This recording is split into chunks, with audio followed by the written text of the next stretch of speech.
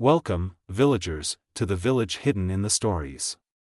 I'm your guide, KAGE, the creator and author of all the what-if stories you see on this channel, with your awesome suggestions, of course. I write, edit, and produce every story you hear, so if you're wondering who made it, it's me. I hope you enjoy today's video. Be sure to leave your what-if ideas in the comments and subscribe if you're new. Today's story is what if Naruto was in Avatar: The Last Airbender. I've spent a while on this and am still working on part 2, if you guys like the series hopefully part 2 will come out tomorrow.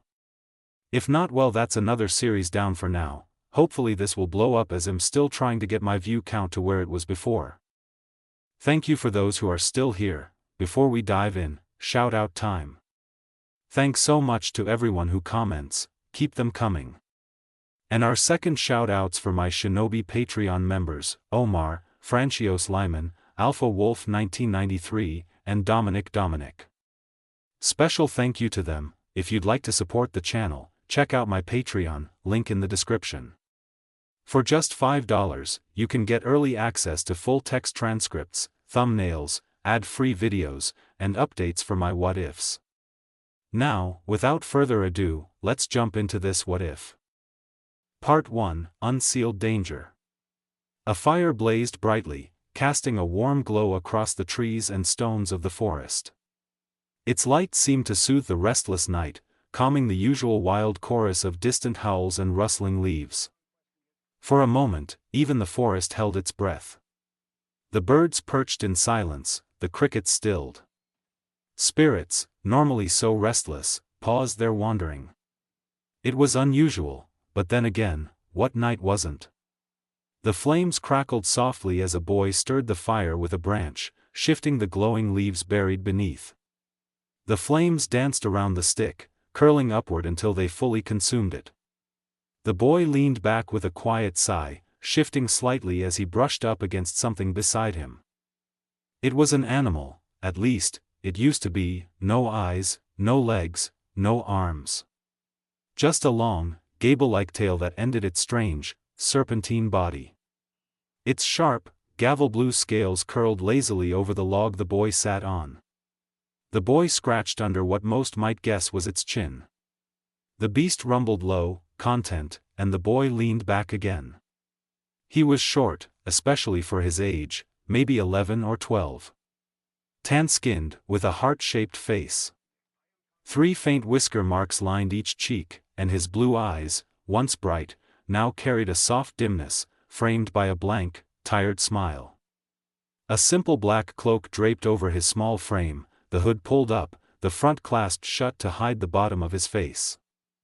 Orange highlights lined the fabric, though they were subtle, nearly invisible in the firelight. The cloak looked too large for him, almost like it belonged to someone else. Across the fire sat a taller man in his early 20s. His hair fell loosely to his shoulders, and his beard was neatly shaped, shaved at the sides into a rounded end.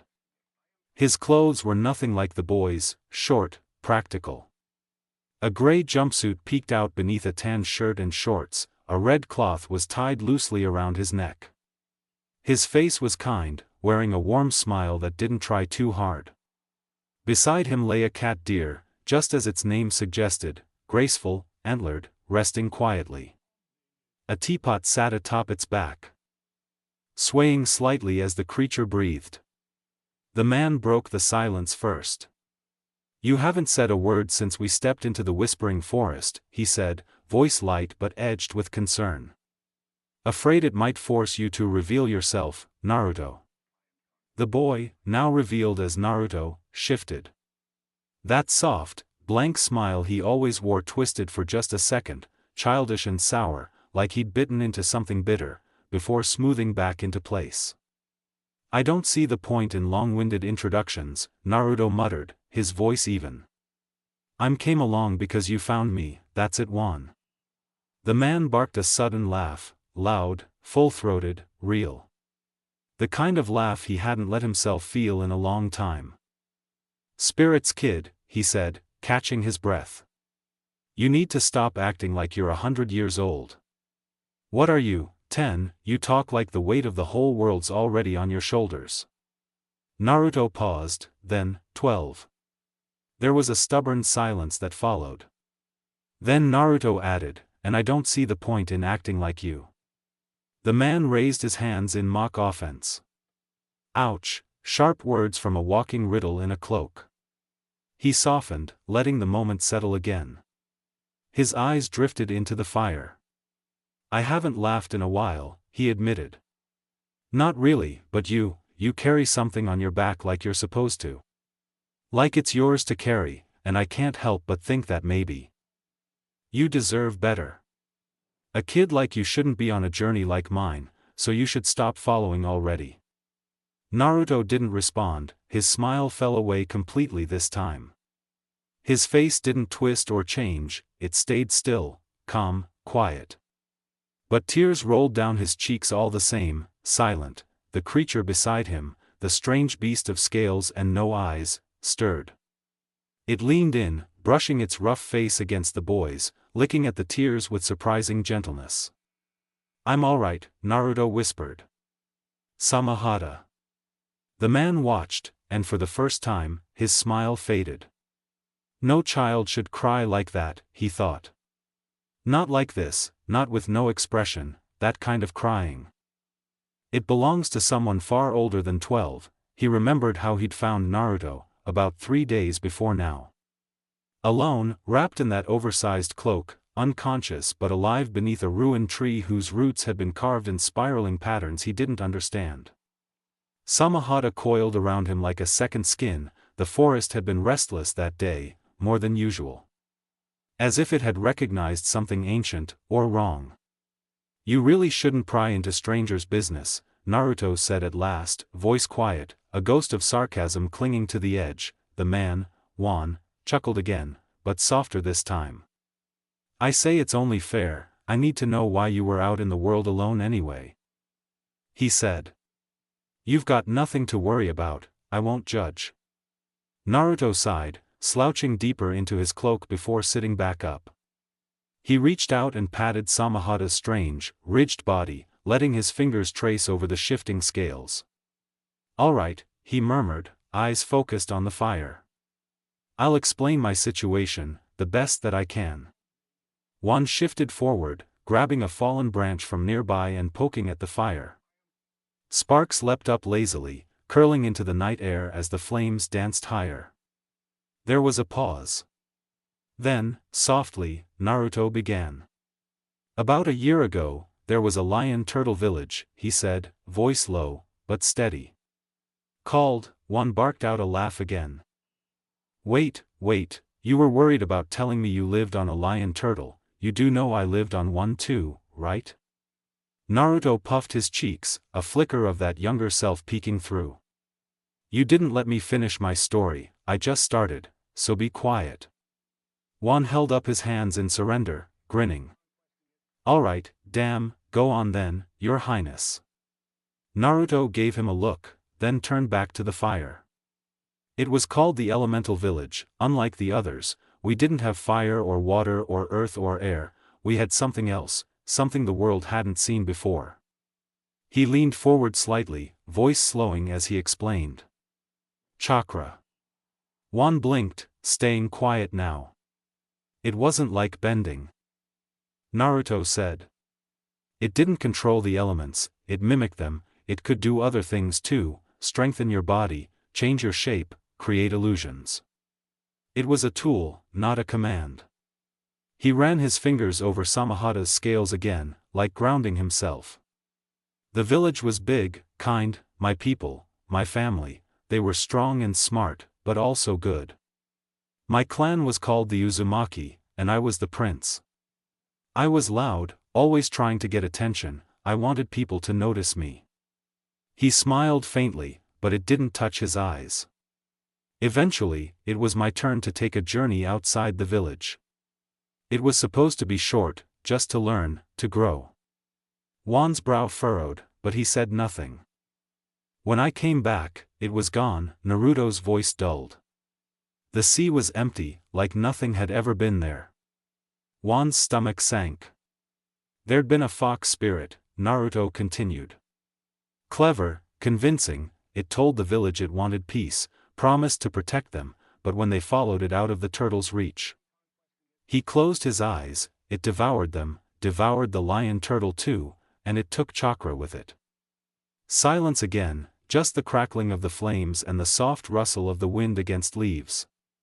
I found Samahata not long after, Naruto added, softer now. Didn't even know what she was at first, just that she followed me. I didn't fight, I didn't do anything for a while. Not really, I just trained, learned about the fox, waited. Juan sat back, quiet, his hand still held the stick in the fire, but he wasn't moving it anymore. The fox spirit, he remembered other spirits talking about it, a darkness similar to Vatu and Rava. Then he remembered that strange presence trailing behind Vatu the moment he released him. The deep, gnawing wrongness that came with it, he hadn't thought much of it at the time, but now. Did this kid sense it, since he had been in contact with the fox? Juan wondered. Is that why he stayed, followed him even after he awoke on the first day? Why he never asked for anything about what Juan was doing, never tried to lead? He looked at Naruto again. The cloak, the oversized hood, the boy's blank expression and hidden sorrow. He hadn't changed much since they met, still quiet, still watchful, still older than he had any right to be. No wonder the blonde followed him, even though one had told him not to. Naruto didn't need to be told, he'd already chosen the path. Juan stirred from his thoughts and looked at Naruto again, really looked this time.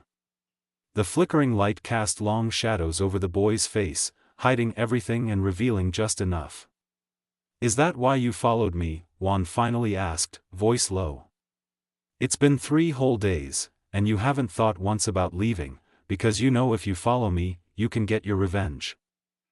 Naruto didn't answer right away, his eyes lingered on the fire, the branch in his hand slowly curling into blackened ash. Then, with a breath, he spoke. No. Juan raised a brow, curious, then why? Naruto looked up, and even through the tiredness in his eyes, there was something clear, steady. Like embers that hadn't gone out. I realized something after you found me, after I woke up to a fresh plate of food for the first time in a while. He paused, his fingers curled slightly around Samahata's scale. I can't just journey aimlessly anymore, I'm 12, and already the last of my village. Juan's eyes narrowed slightly, listening. Naruto continued, lion turtles, they're not just massive animals. They're spirits, ancient ones. I didn't get it at first, but after what I've learned from wandering, I think they might be some of the strongest spirits in the world. His voice dropped. That fox spirit had to be powerful to begin with, powerful enough to trick my people, powerful enough to consume a lion turtle. He swallowed, staring into the fire again. And he must be stronger now, so what happens if something like that roams free with nothing holding it back? Tears slipped down his cheeks again, silently. He didn't wipe them. He took away my home, my family. I don't want what happened to me to happen to anyone else. So when I realized you had been close to, his voice broke, just once, I couldn't stop it then, but I can now. For a moment, neither of them said anything. Then Juan stood, walked around the fire, and sat beside him. He didn't say anything at first, just rested a hand on Naruto's shoulder. You're fine now, kid, he said, voice softer now. I'm sorry for questioning you like this, I just needed to make sure of something if you're gonna continue to follow me. Naruto didn't answer, but he didn't pull away either. Juan leaned back slightly, looking at the flames. All you've got now is your friend there, he added, so if you need me, I will be there for you as well. I don't want to say like a new family. But I guess that's sort of what it is. Naruto gave a quiet nod, his hand resting gently on Samahata's head as the beast curled tighter beside him. Juan thought about what Naruto had said, about the fox spirit, about the lion turtle. What kind of monster eats a lion turtle? His thoughts paused for a moment. We're going to need more than just Rava, he thought, more than just bending. He glanced down at Naruto, this boy who seemed half his age and twice as old. And for the first time, Juan wondered if maybe, just maybe, the world would need him too. Suddenly, the teapot on Mula's back began to rattle, jolting the cat deer from its brief rest. Naruto flinched, but Juan gave him a reassuring glance before rising and approaching the creature. Carefully, Juan lifted the teapot and carried it back to where Naruto and Samahata sat. He already knew what lay inside, though he hadn't yet introduced Naruto to Rava, nor did he think the blonde boy had even noticed the spirit's presence throughout the week. Settling down beside Naruto once more, Juan gently opened the teapot's lid. A radiant blue and white spirit floated out in a flash of light, small, kite-shaped, and immediately furious. Juan, Rava's voice cracked the calm like lightning. The spirit turned once to Naruto, then twice, before doubling back on Juan. "You brought a child," the spirit yelled out. "You didn't tell me you were dragging a child on this journey, into the whispering forest of all places?" Juan sighed, rubbing the bridge of his nose. "He followed me, okay? It's not like I grabbed him by the cloak and forced him to come." Rava's glow pulsed angrily. "That doesn't change the fact you didn't tell me, and left me in that teapot since last week." Naruto, watching them, raised an eyebrow. "So, is this normal for you too?" Juan shrugged, "More or less." Naruto chuckled under his breath. "I didn't know you were traveling with a spirit, but it doesn't seem like either of you can handle each other." Juan glared. "You're not helping." Rava pushed past Juan, seemingly losing the anger that troubled her, in favor for interest. The spirit hovered toward Naruto now, slow and observant. Her glow dimmed, not from weakness, but focus. She didn't speak at first, simply circled him, eyes narrowed. Naruto didn't flinch, he stared back quietly. Finally, Rava broke the silence, though her words were directed to Juan. "At least he is different. I don't sense bending in him, or that damnable human nature of most like you. You are a strange one, aren't you, following one of all humans?" The man grumbled at that. Naruto just gave a kind smile. "We have similar goals, two things both of us need to do." Rava gave a snort, somewhat unbecoming of a graceful spirit. "That is not what I expected you to say, young one, but I suspect that is all I need to know for now." The spirit turned sharply. "And you, why didn't you think of waking me? How long has he been here? It can't have been longer than a few days." Again with the blame, Juan muttered. "He followed me. It's only been about 3 days, he was weak, I fed him, he helped me beat up some dark spirits. What was I supposed to do, throw rocks at him until he stopped?" They kept bickering, Rava floating angrily in the air, Juan waving his hands in defense. Naruto couldn't help it, he laughed. A genuine, amused laugh that bubbled out before he could stop it. Juan paused, then he smiled, and laughed too. Their laughter filled the forest for a moment, even drawing a soft chirp from Mula. When it finally settled, Juan leaned forward again, his tone warm but serious now. "Naruto, if we're going to keep going, you need to understand something." Naruto's smile faded. "I believe the reason we cross paths is because I'm following a similar spirit to the fox you mentioned. Evil, dark, powerful." Naruto didn't speak, but he didn't look away. Juan sighed. "It's partly my fault he's loose, and now with what you've said I believe your fox is following my mission." The man put a hand to Naruto's shoulder, looking the boy right in the eyes. "I don't like this, I don't want to bring a kid into something this big. But I also know, even in the few days I've met you, no matter what I say, you're going to follow me." Naruto finally gave a small nod. "I am."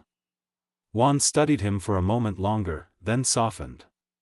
"Then let me train you. I don't know much about this chakra of yours, but if it's anything like bending, I can help you fight, help you survive." Naruto reached out, resting a hand on Samahata, who gave a low rumble of approval. "All right," he said. "Teach me." Rava floated nearby, still wary, but for once, quiet. Juan glanced to the stars through the trees. "Then we start tomorrow." Morning came faster than expected. The light didn't creep in gently, it poured across the treetops, flooding the forest in golden hues. It cast long, soft rays through the trees, banishing the quiet firelight of the night before with a brilliance that felt cleaner. Newer, heavier, somehow. Samahata stirred first. The spirit sword shifted in her sleep like coil, scales rustling against the bark of the log she'd curled around. Her movement nudged Naruto awake, his eyes fluttered open, and he groaned softly, rubbing the sleep from them. With a stretch, he turned and lightly kicked Juan's boot. Juan grumbled, 5 more minutes. Rava, still floating lazily in a faint glow above the teapot, stirred with an irritated hum. Naruto, now fully awake, felt lighter.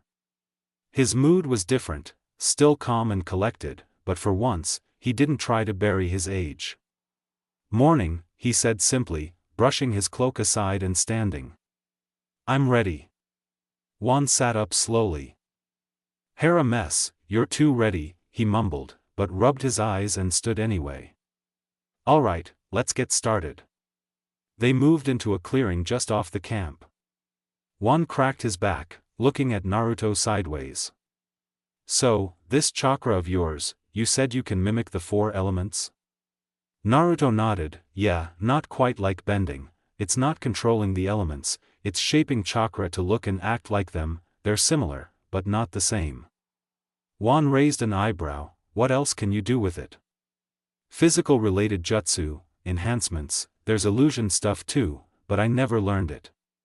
Juan scratched his beard. "Alright, then we've got a lot to cover, because we've only got a few days." Naruto blinked. "Why only a few? And why are we even in a place called the Whispering Forest?" he added, glancing around. "That name sounds cursed." Juan smirked. "It is ominous, huh? This forest is one of 4, 2 in the human world, 2 in the spirit world. They're bridges between the 2 realms. In a few days, we will go towards the spirit portals. Not long after we enter the spirit world, harmonic convergence will begin. Before that will be our shot at reaching Vatu." Naruto's expression darkened. "You think he'll be there?" Juan looked away for a moment, gaze distant. "Yeah, he's probably already preparing in the northern portal as we speak. I don't know his exact plan. Perhaps drawing more power from harmonic convergence. But the main thing is I will need to help Rava's in her next battle against the dark spirit, as she is now she will be no match for Vatu." Naruto nodded slowly, his face neutral. "You're sure the fox spirit is with him?" Juan hesitated. Before he could answer, Rava floated closer. "The truth is, kid, he doesn't know." Naruto looked over at her. "I'm weak right now," she continued. "Too weak to sense spiritual energy after the split with Vatu. If you can track the fox through chakra, then maybe you'll have to be the one to find the truth." Juan gave Rava an annoyed look. "Thanks for the vote of confidence. I told you not to separate us," she said sharply. "I didn't know any better back then," Juan shot back. Naruto stood between them, quiet as he listened. Finally, Juan exhaled and turned back to him. "After I released Vatu, I saw something follow him. A fox, it looked wrong. I've never seen a spirit like that before, I just don't know if it's your fox." There was a pause, then Juan added, more gently, "But if it isn't, and that thing's still out there, I'll help you find it. After this, if it's anything like Vatu, we can't let it roam free." Naruto didn't answer at first, his brows were drawn, thoughtful. But then he nodded. "All right." Juan stretched out his arms. "Good, now, show me what you and Samahata did yesterday. I need to see exactly what that sword can do." Naruto nodded. "Okay, Samahata, let's go." He motioned to the beast, and she slithered off the log. He grabbed her by the tail, and at once, her body shifted. The long, scaled form hardened. Her shape condensed and sharpened until she resembled a jagged cleaver-like blade. "Is that the only form she has?" Juan asked, curiously stepping closer. Naruto frowned. "I've never asked." He looked down at the blade in his hand. Hey, can you change? Samahata shimmered slightly, her scales rippled, then, slowly, the weapon began to morph. The cleaver shape narrowed. The jagged edges smoothed into a blade, and the sword shrunk in size. When it stopped, she had taken the form of a curved katana, sleek, with blue scales still running along the spine and a small skull-like ornament on the handle's base. Naruto stared. Okay, that's new. They spent the next few minutes testing it. Samahata shifted forms again and again, long sword, short sword, polearm, but always kept her own strange material. Even Rava hovered closer, intrigued. Her scales, I've never seen anything quite like them. Incredibly sharp, durable too. She paused. How did you find her? Naruto, still holding the katana form Samahata, looked up. A merchant, wandering guy. Said someone stuffed a spirit into a sword, couldn't sell her, she wouldn't respond to anyone. He shrugged. Few days later, she found me. Rava tilted slightly, her glow pulsing. Do you know what spirit was sealed in her? Naruto looked down again, gently running his thumb along the scale-lined edge. No, he never said, and she never told me either. There was a quiet moment. Rava hovered still. Juan clapped his hands suddenly. All right, mystery sword later. Let's get back to training. Samahata hummed softly and returned to her more familiar cleaver form as Naruto grinned slightly and prepared for the next part of their lesson. Juan stepped back, arms folded. All right. You said you could mimic the elements with chakra, show me. Naruto gave a small nod, his expression shifting into something more focused. It's called elemental jutsu, he said, raising his hands. He formed a quick sequence of hand signs, smooth, practiced, and then dropped to one knee, slapping the earth with his palm. A pillar of stone burst upward from the ground in front of him. Not smooth like earthbending, it was rough, jagged, and darker than natural stone, almost as if it had been pulled from deeper underground. Juan raised an eyebrow. Huh, okay, so what were those weird finger movements before you did it? Hand signs, Naruto said, standing. They help give the chakra form. Think of them like instructions, like saying do this or go there with your fingers. Rava hovered closer, her light shifting slightly. Can you do that with all four elements? Naruto nodded. Yeah, but like I said, just because I can doesn't mean I can really use them in a fight, not yet. He exhaled, glancing at his hand. I could maybe use them to escape, or throw someone off, but nothing strong enough to finish a real fight. Juan watched him quietly, then rubbed his chin. His mind drifted for a second, thoughtful. Those hand signs, they weren't random. Each one moved his energy differently, as if unlocking something, maybe like different stances in bending. You need different hand signs for each element? Juan asked. Naruto looked up. Some overlap, but yeah. Each element has its own feel. And if I wanted to make a new jutsu, I'd have to figure out the right sequence through trial and error. Rava's glow pulsed softly. I could see it. Naruto turned toward her. When you used those signs, your chakra moved in distinct patterns. I might be able to describe those patterns back to you. Help you create new jutsu on your own. Juan looked between them. Wait, you can see chakra like that? Of course I can, I'm a spirit of light and order. Rava floated a little higher, pride swelling in her tone, and from what I saw, he might not even need all those signs.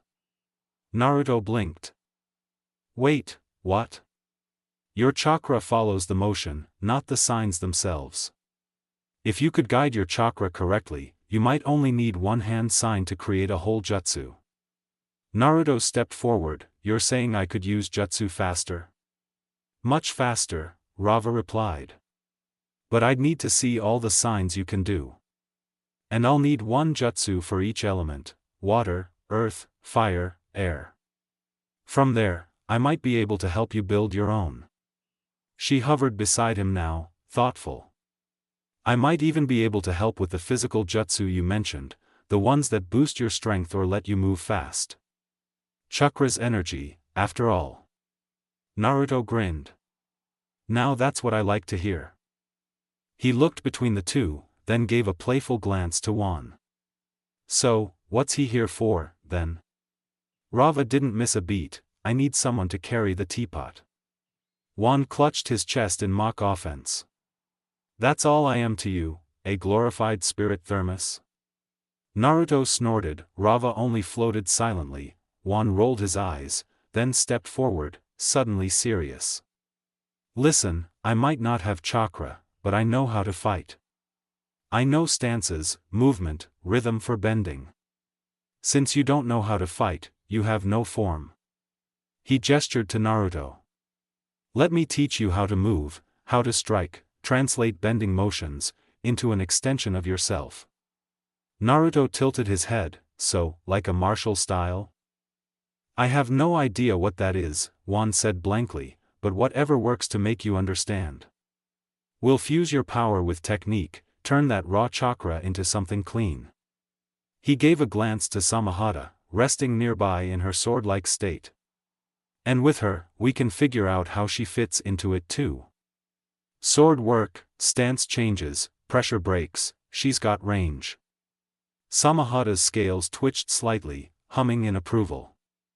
Naruto grinned again, brighter now, like a kid for just a second. All right, then let's do it. The forest hummed with power. Morning dew clung to leaves as the sun painted the whispering forest in amber and gold. In the silence between the wind and spirit murmurs, three souls worked with purpose. Day 1 was all foundation. Juan showed Naruto how to move, not with brute force, but with precision. He drilled the boy on stances, wide ones for earth mimicry, flowing steps for water, explosive footwork for fire, and evasive spins for wind. Don't just attack, Juan told him, correcting Naruto's shoulder. Move like your element, let your body speak for your chakra. Naruto listened, studied, practiced. Meanwhile, Rava watched closely, as Naruto performed jutsu after jutsu, an arcing wave of bright water, a sharp wall of dark stone, a white flare of fire, and red-laced slicing wind. She observed the shape of his chakra. That night, by firelight, she pointed to each of his fingers and said, these signs here, they redirect chakra around the body. But these, she hovered near his thumb and ring finger, they distill it. Let's find which ones you really need. Day 2 was about compression. Rava began crafting simplified signs with Naruto, testing his ability to replicate elemental jutsu with fewer and fewer movements.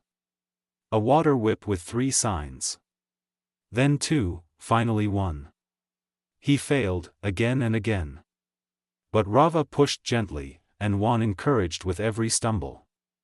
Failure's the road, he'd grin. Keep walking it.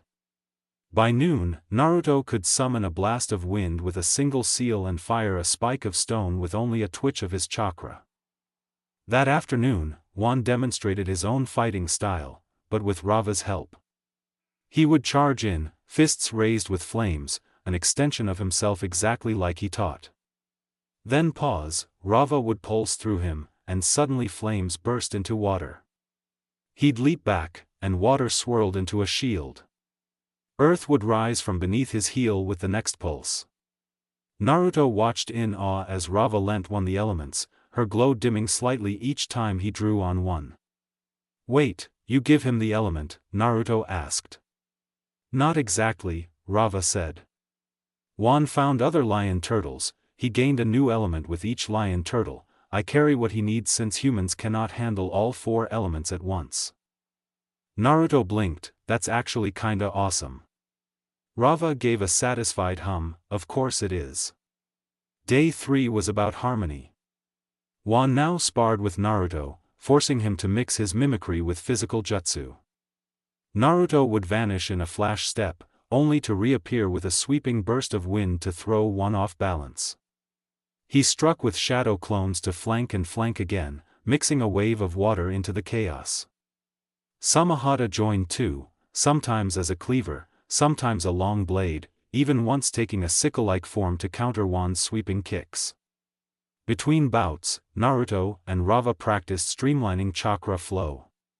Where once he fumbled through 8 signs to form a jutsu, now he did it in 3, sometimes even 2. Rava hovered above his hand like a second teacher, watching every flare of chakra like a scholar. By dusk, Naruto had created his first custom jutsu, a swirling red-edged gust that looped around terrain before exploding in a concussive blast. They named it Red Gale Break. Juan clapped him on the back. "You're getting dangerous, kid." Naruto, panting but smiling, looked at them both. "I've still got a long way to go."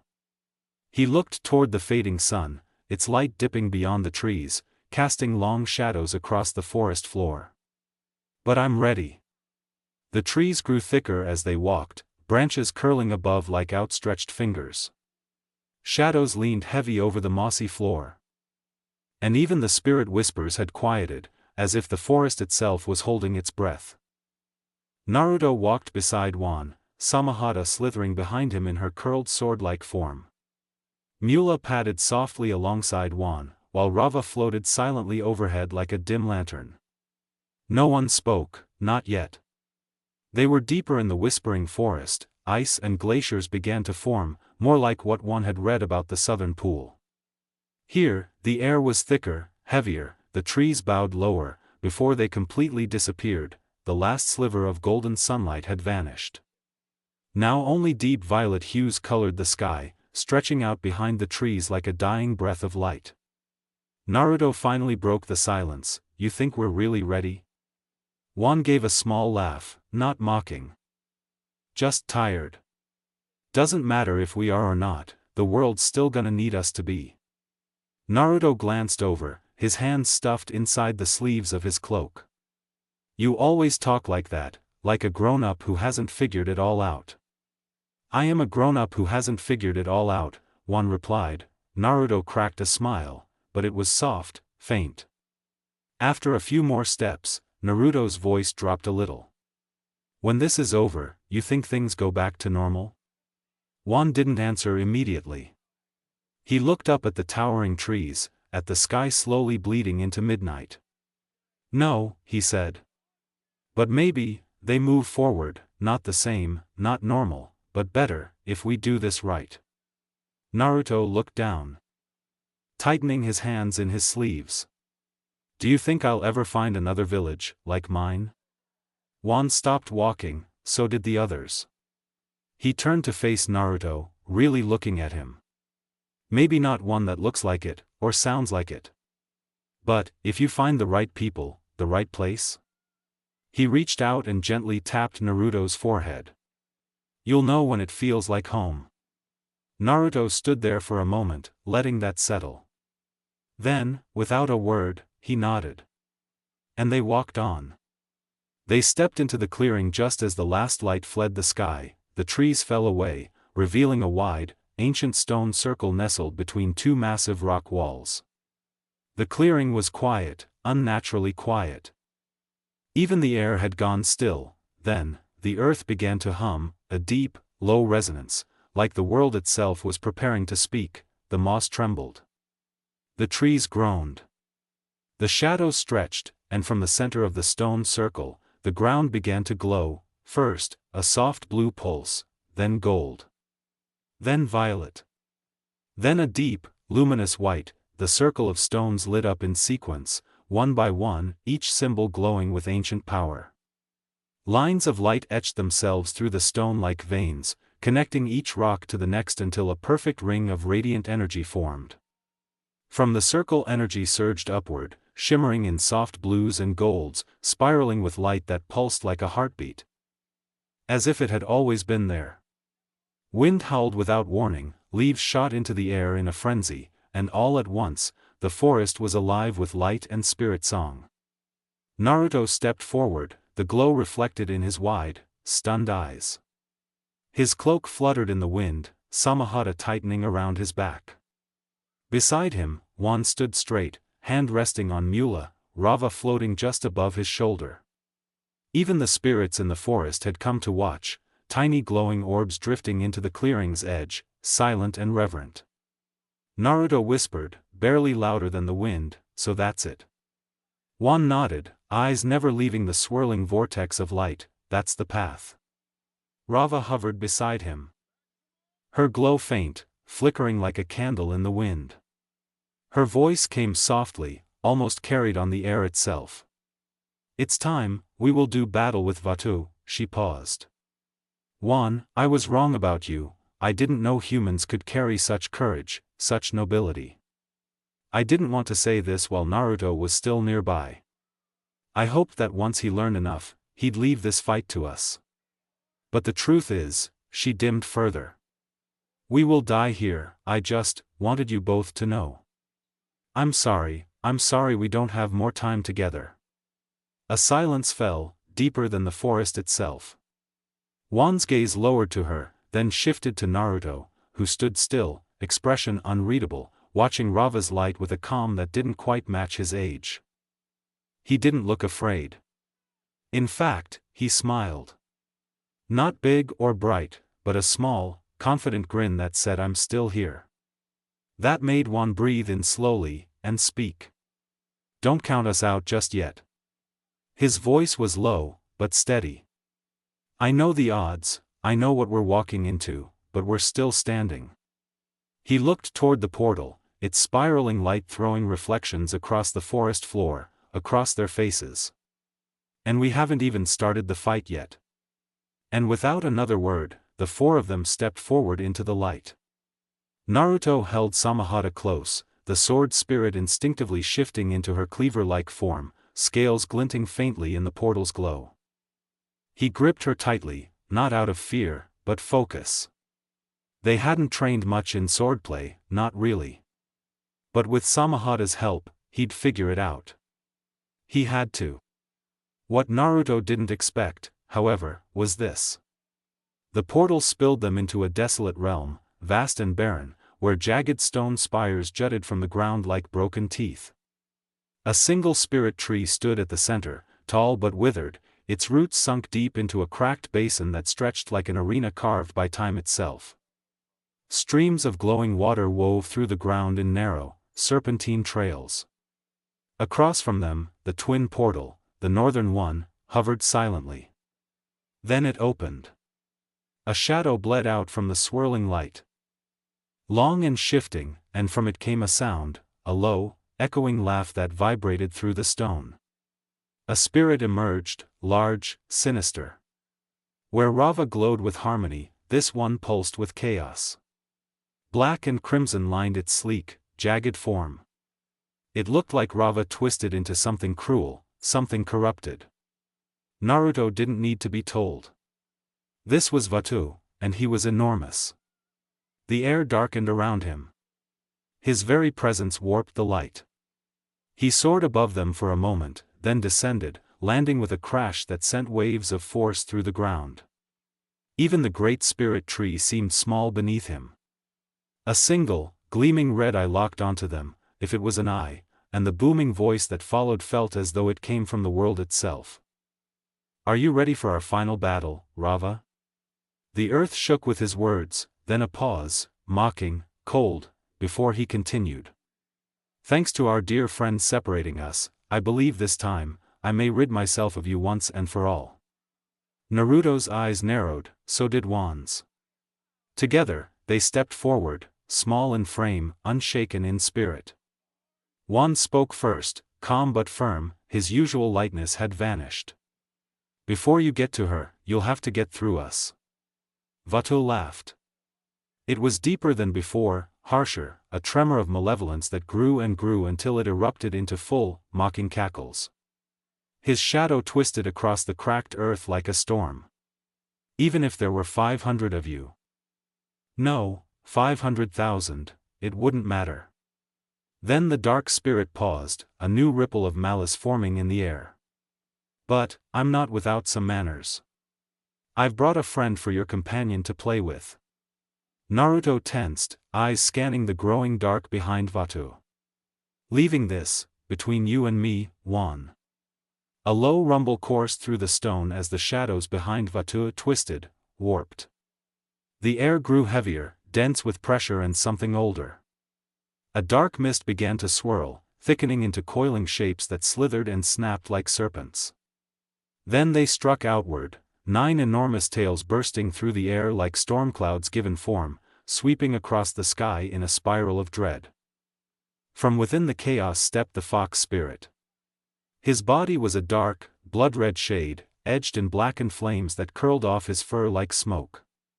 Each of his 9 massive tails flicked in sync behind him, creating a ripple in the ground with every twitch.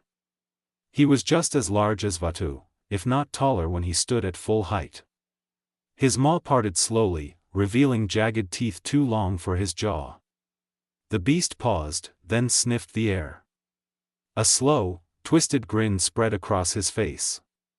"Ah, that smell." His voice was oily, rich with delight and venom. "Chakra, it's been too long."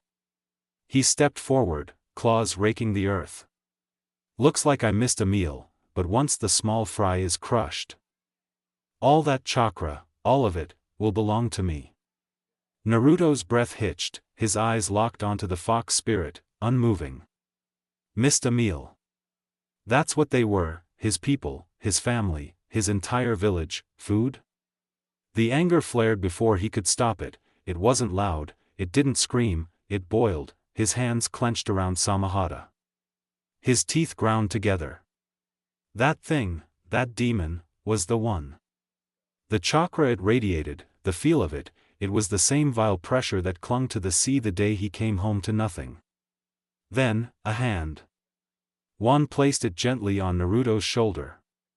Not tight, not forceful, just there. "Stay calm," he said softly, not taking his eyes off Vatu.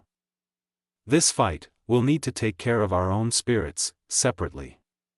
Naruto didn't respond at first, the weight in his chest didn't lift. Juan continued, his voice still level. "I know you're young, and I know this may be more than what you're ready for. The portals are still behind us. You could walk through right now, and no one would blame you. I can handle this." Naruto closed his eyes. For a moment, everything was still. Then, he took a breath. He looked up at Juan, expression sharp, fierce, and strangely light. "I may be young, and yeah, maybe I don't know everything yet." He turned back toward the fox spirit, his eyes burning bright. "But if there's one thing I learned from my family." He bent slightly at the knees, Samahata pulsing with energy in his grip. "It's that cocky bastards like him," he vanished in a red-tinged blur, "never see the first hit coming." A shockwave cracked the ground as Naruto flash-stepped, disappearing from Juan's side in an instant, a gust of wind following in his place. Juan's eyes flicked after him, just the faintest glimmer of a smile touching his lips. "Guess that's my answer." He turned back to Vatu, tightening his grip as Rava floated beside him.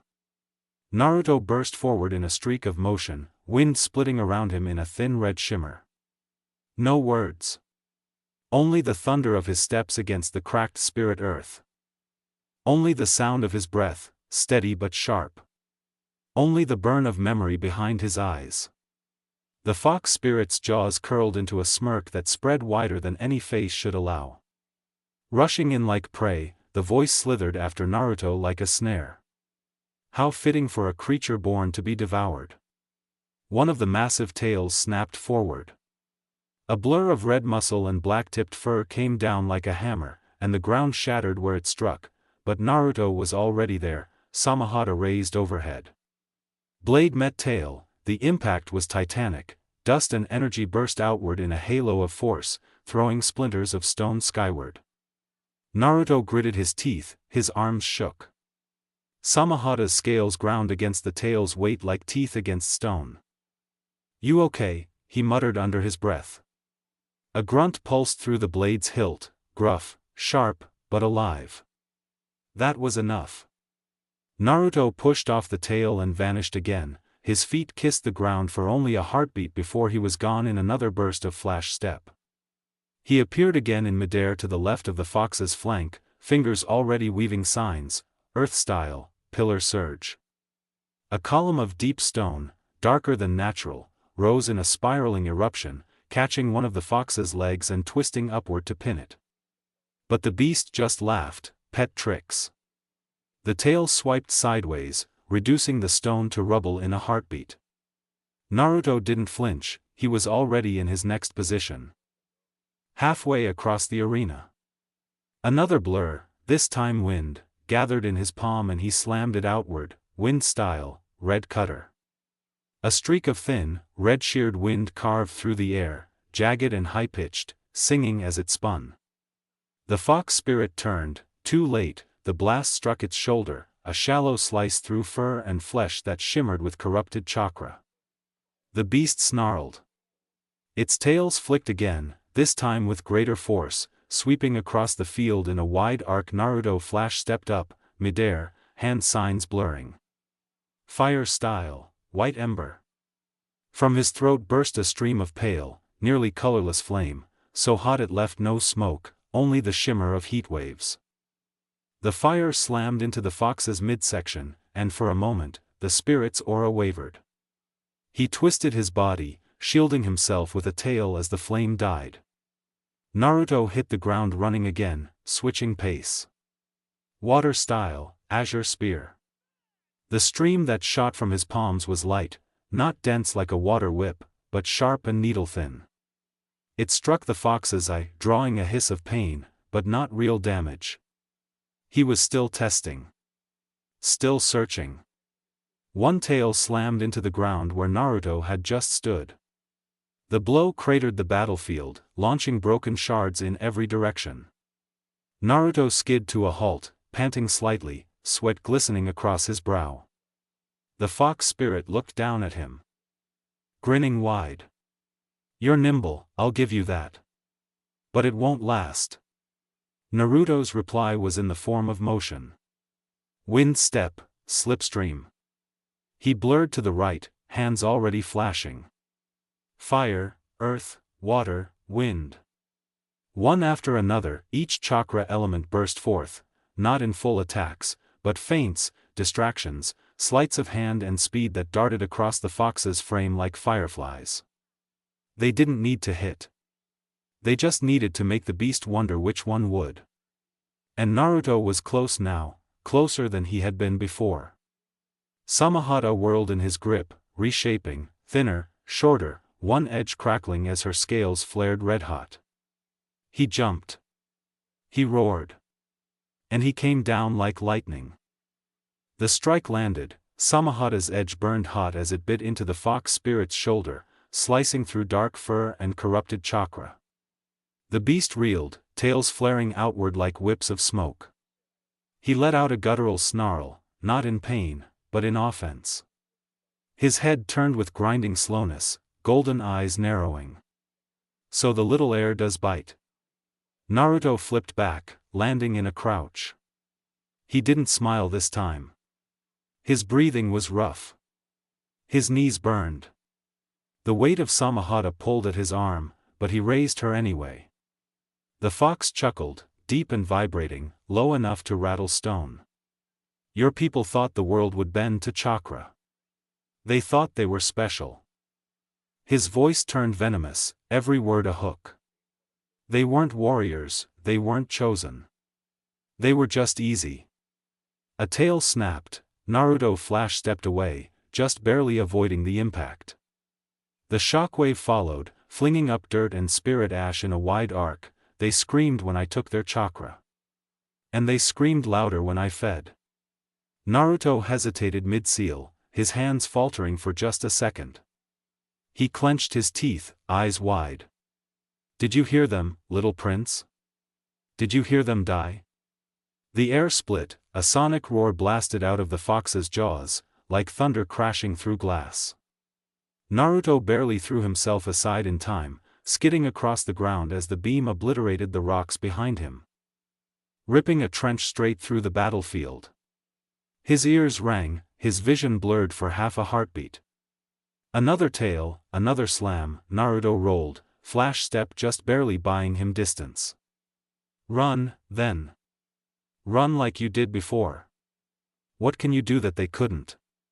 Naruto rose again, hands flickering in motion. water style, shifting crest. A curved barrier of water sprang up behind him, catching a sweeping claw, but it shattered from the weight, soaking Naruto as he leapt clear. He landed hard, rolling. Fire style, ember lance. He snapped his wrist and fired a thin beam of white flame at the fox's eye, just enough to stagger the spirit. It didn't burn, not deep. But it blinded, and that gave him time. Time to breathe.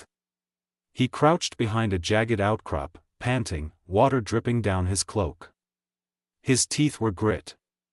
His eyes burned, not just from the smoke or sweat. The words stung, they weren't true, but they felt true. He growled lowly. Another roar shook the world. He ducked left, wind style, cutter spiral, a spinning vortex of slicing wind launched up from the ground, disrupting the fox's leap toward him. Still, the beast was relentless. Tails came crashing, claws dug into the ground. Naruto was running, evading, throwing jutsu in bursts to stay alive. A bolt of lightning fire here, a frozen spear of water there. But it wasn't doing real damage. He was surviving. Only just. The fox whipped his tail, and Naruto was flung like a ragdoll, skidding across stone, air ripped from his lungs as he slammed into a crag of jagged rock. Blood smeared his cheek.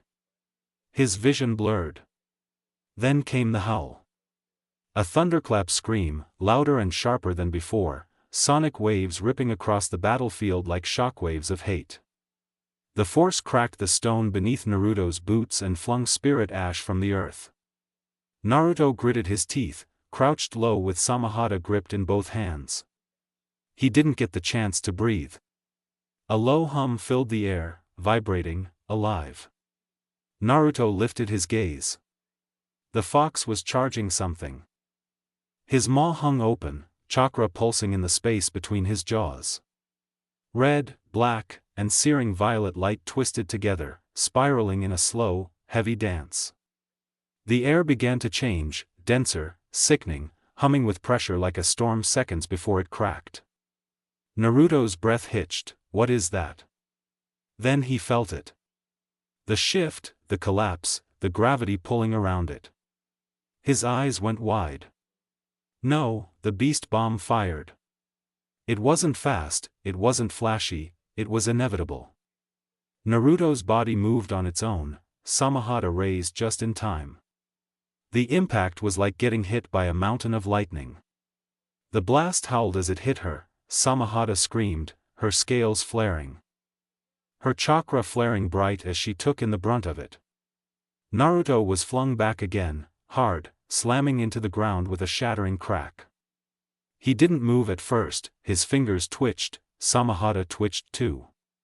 She was, still alive, but barely. Her form had dimmed, the once glowing scales looked cracked. The bone hilt was splintered. She pulsed weakly in his hand. Naruto looked at her, pain and guilt in his eyes. "You're hurt." She gave a low, rasping growl.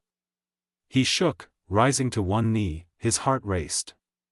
His lungs ached. His elemental jutsu weren't enough, Samahata was breaking, he couldn't keep up, not like this. His thoughts spiraled, until the sky shifted. Light, pure, glowing, golden, flooded the battlefield. Naruto's head turned. The two spirit portals, once blue and violet, were changing. They arched toward each other, lines of gold branched across the sky, weaving into a bridge of divine energy.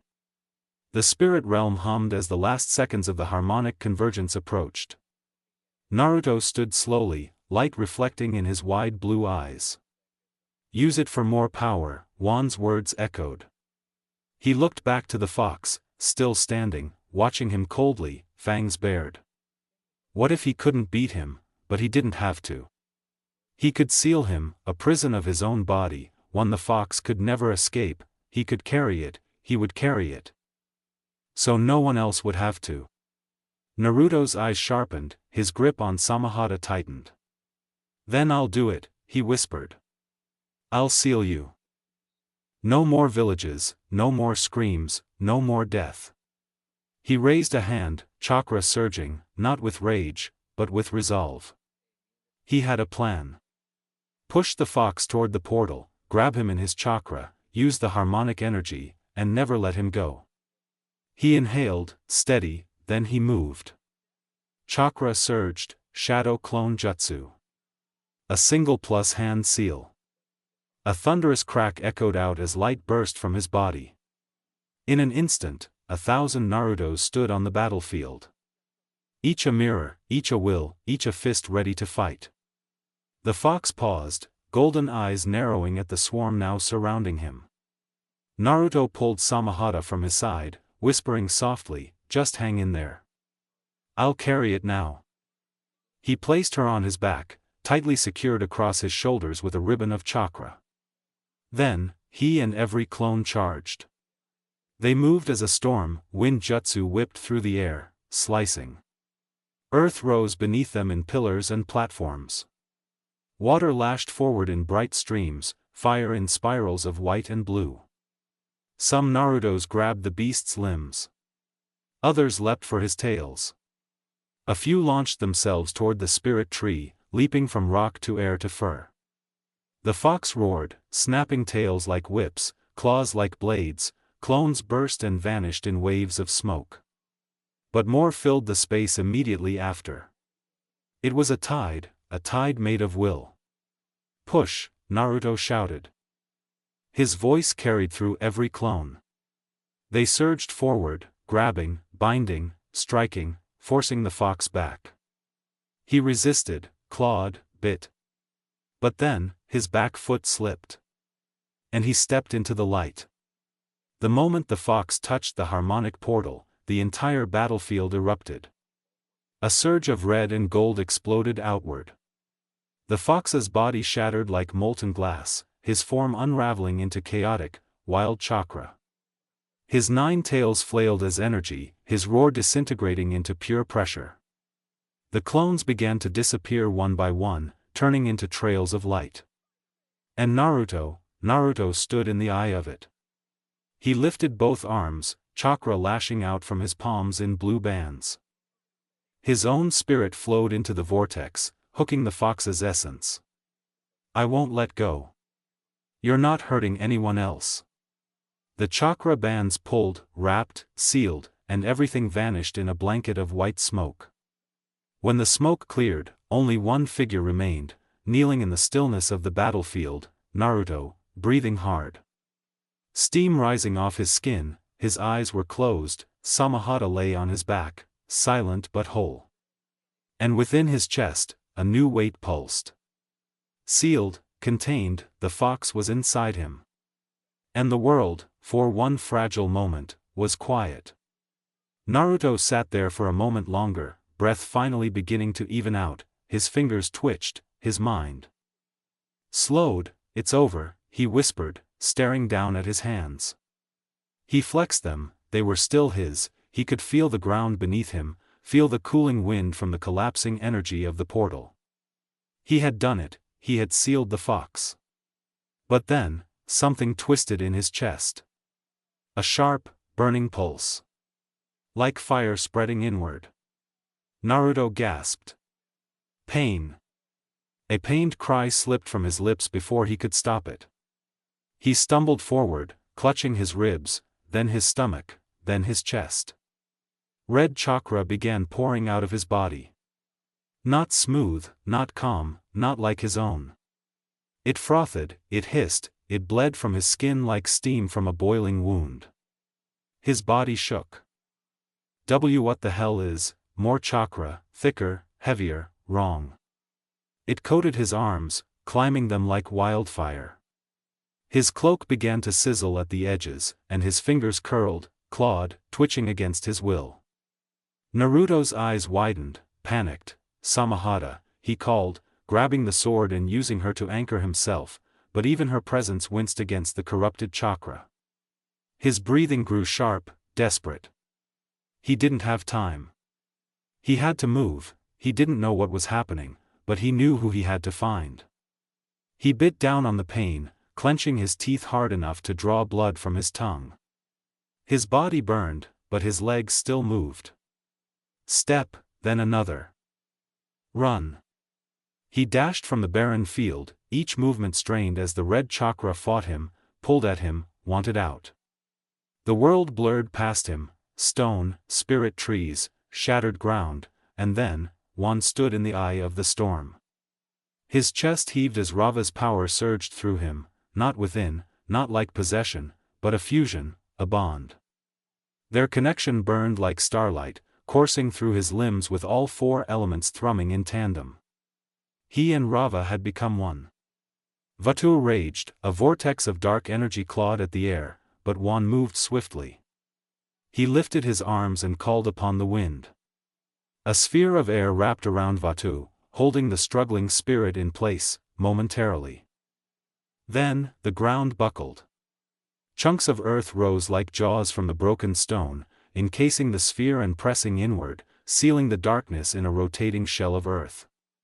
Juan exhaled, stepping toward the spirit tree, its roots glowing faintly beneath the surface. Water answered next. He guided it in slow rings around the sphere, cool, binding, sacred. The rotation now grew heavier, layered, each element spinning in harmony. One more remained. With a sudden spin kick, fire erupted from his heel, bright, red-gold flame. It swirled around the orb with speed, heating the air, spinning the sphere faster, compressing Vatu inside. Then, with one final gust of air, he launched the sphere into the spirit tree. The tree pulsed. The elements ignited. Purple light surged out, an orb of imprisoned darkness snapping into place within the roots of the ancient tree. Vatu screamed. Juan stood at the base of the tree, sweat clinging to his skin, the light of the convergence casting long shadows. He stared into the glowing seal. "This is your prison now," he said, voice low and steady. "And I will close the spirit portals. No other human will ever step foot into this realm again to release you." He turned, his body heavy, his spirit even more so. He started toward the northern portal, steps slow, final. But then, he stopped, a smell, a sound. Red light flickering on the edges of his vision. His eyes widened. "Naruto?" The boy stumbled toward him, his cloak scorched, his sword dragging, red chakra wafting off his body like fire from oil. He looked half melted, half alive, barely standing, sweat and blood mixing on his face. Juan rushed over. "What happened? What's going on?" Naruto didn't answer at first, he just fell to one knee. "Then, I took in the fox spirit." Juan froze. Naruto coughed, and smoke escaped his mouth. "Didn't want it to hurt anyone else. I thought, if I could just seal it in me." He looked up, face hollow, but eyes blazing with determination. "Didn't know it'd try to take over, the chakra. It's too strong, I can't hold it for long." Juan grabbed his shoulders. "Naruto. You shouldn't have. We could've." "It's too late," Naruto cut him off softly. I need you to seal me. With the elements, make me a prison." Juan's hands trembled.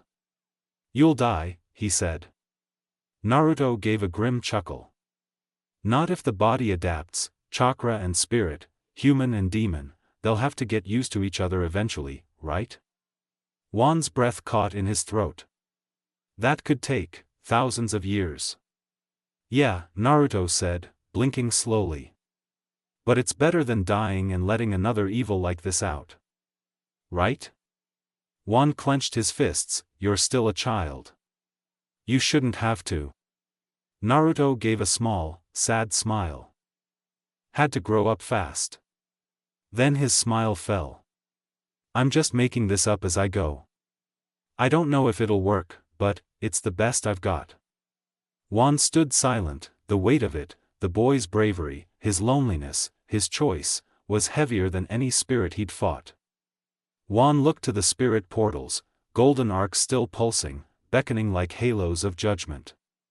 He didn't speak, he just thought. The air was still. Not like before, not heavy with the presence of spirits or the hum of energy, but quiet.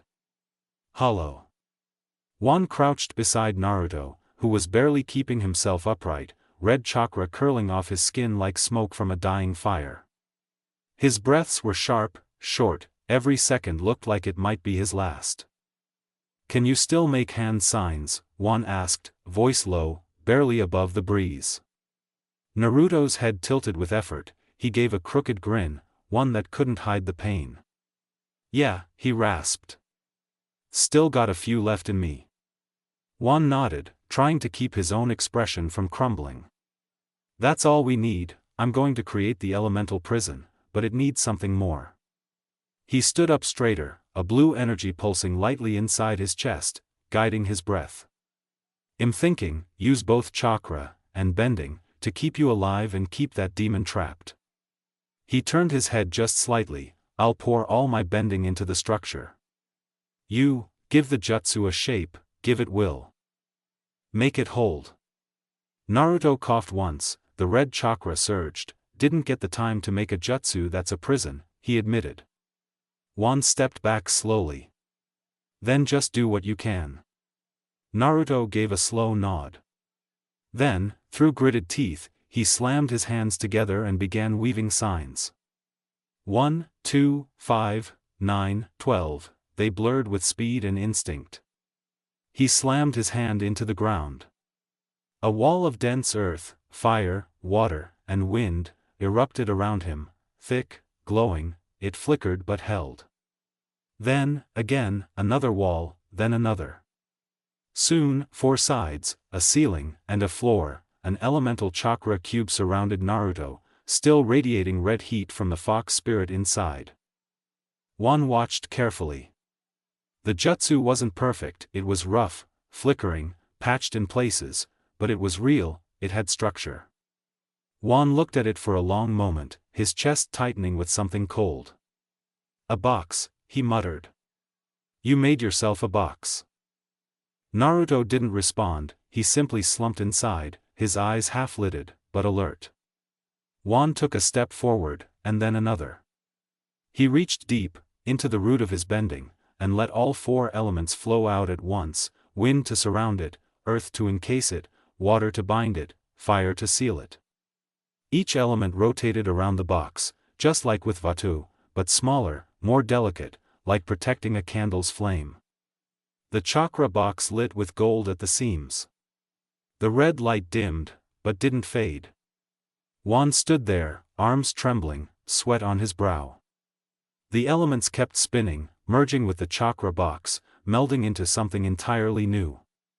A new kind of seal, something the world had never seen before. And then, he paused. He looked down, eyes stinging, a tear slipped down his cheek, he wiped it, but it didn't matter. He thought of the boy who had stumbled into his journey, a stranger who had carried the weight of loss like a man far older than he was. A boy who had followed him without question.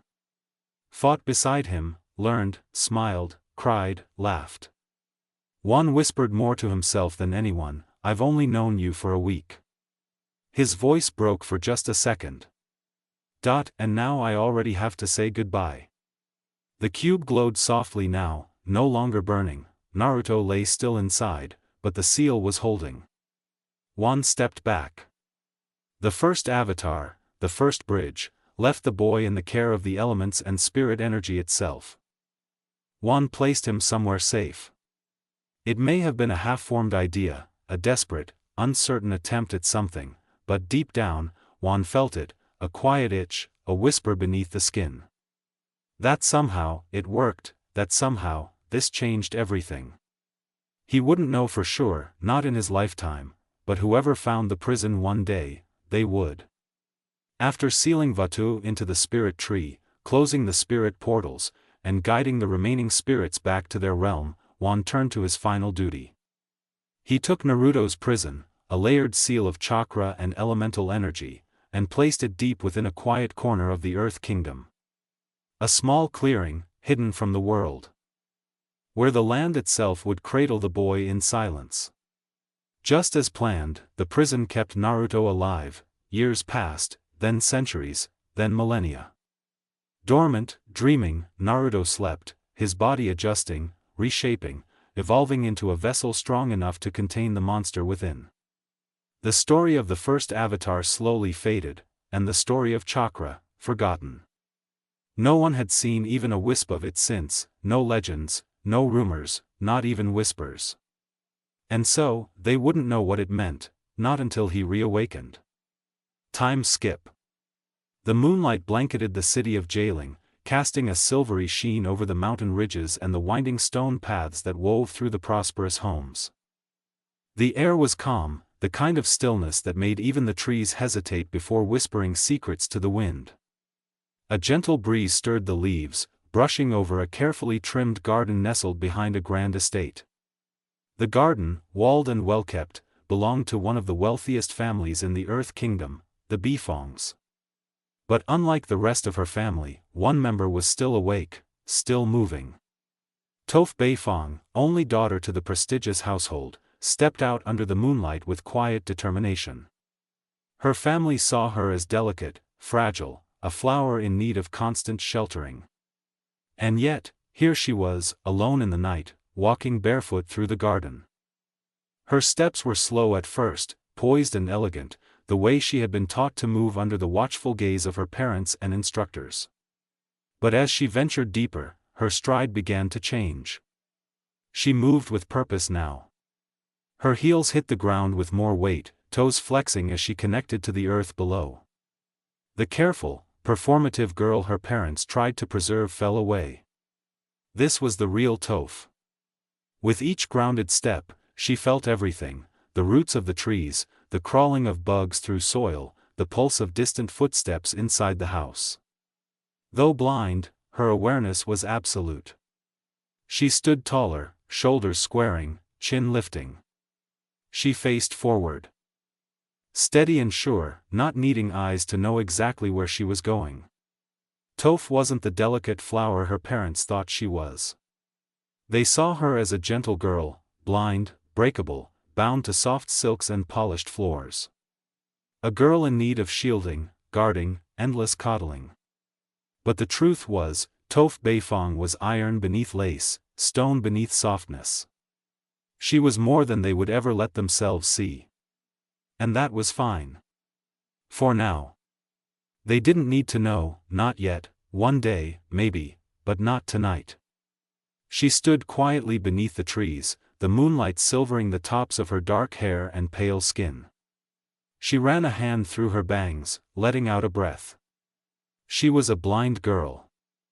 Sure, the kind that people whispered about in pity, the kind her parents refused to let walk alone for fear she might trip. But she was also the greatest earthbender in the world.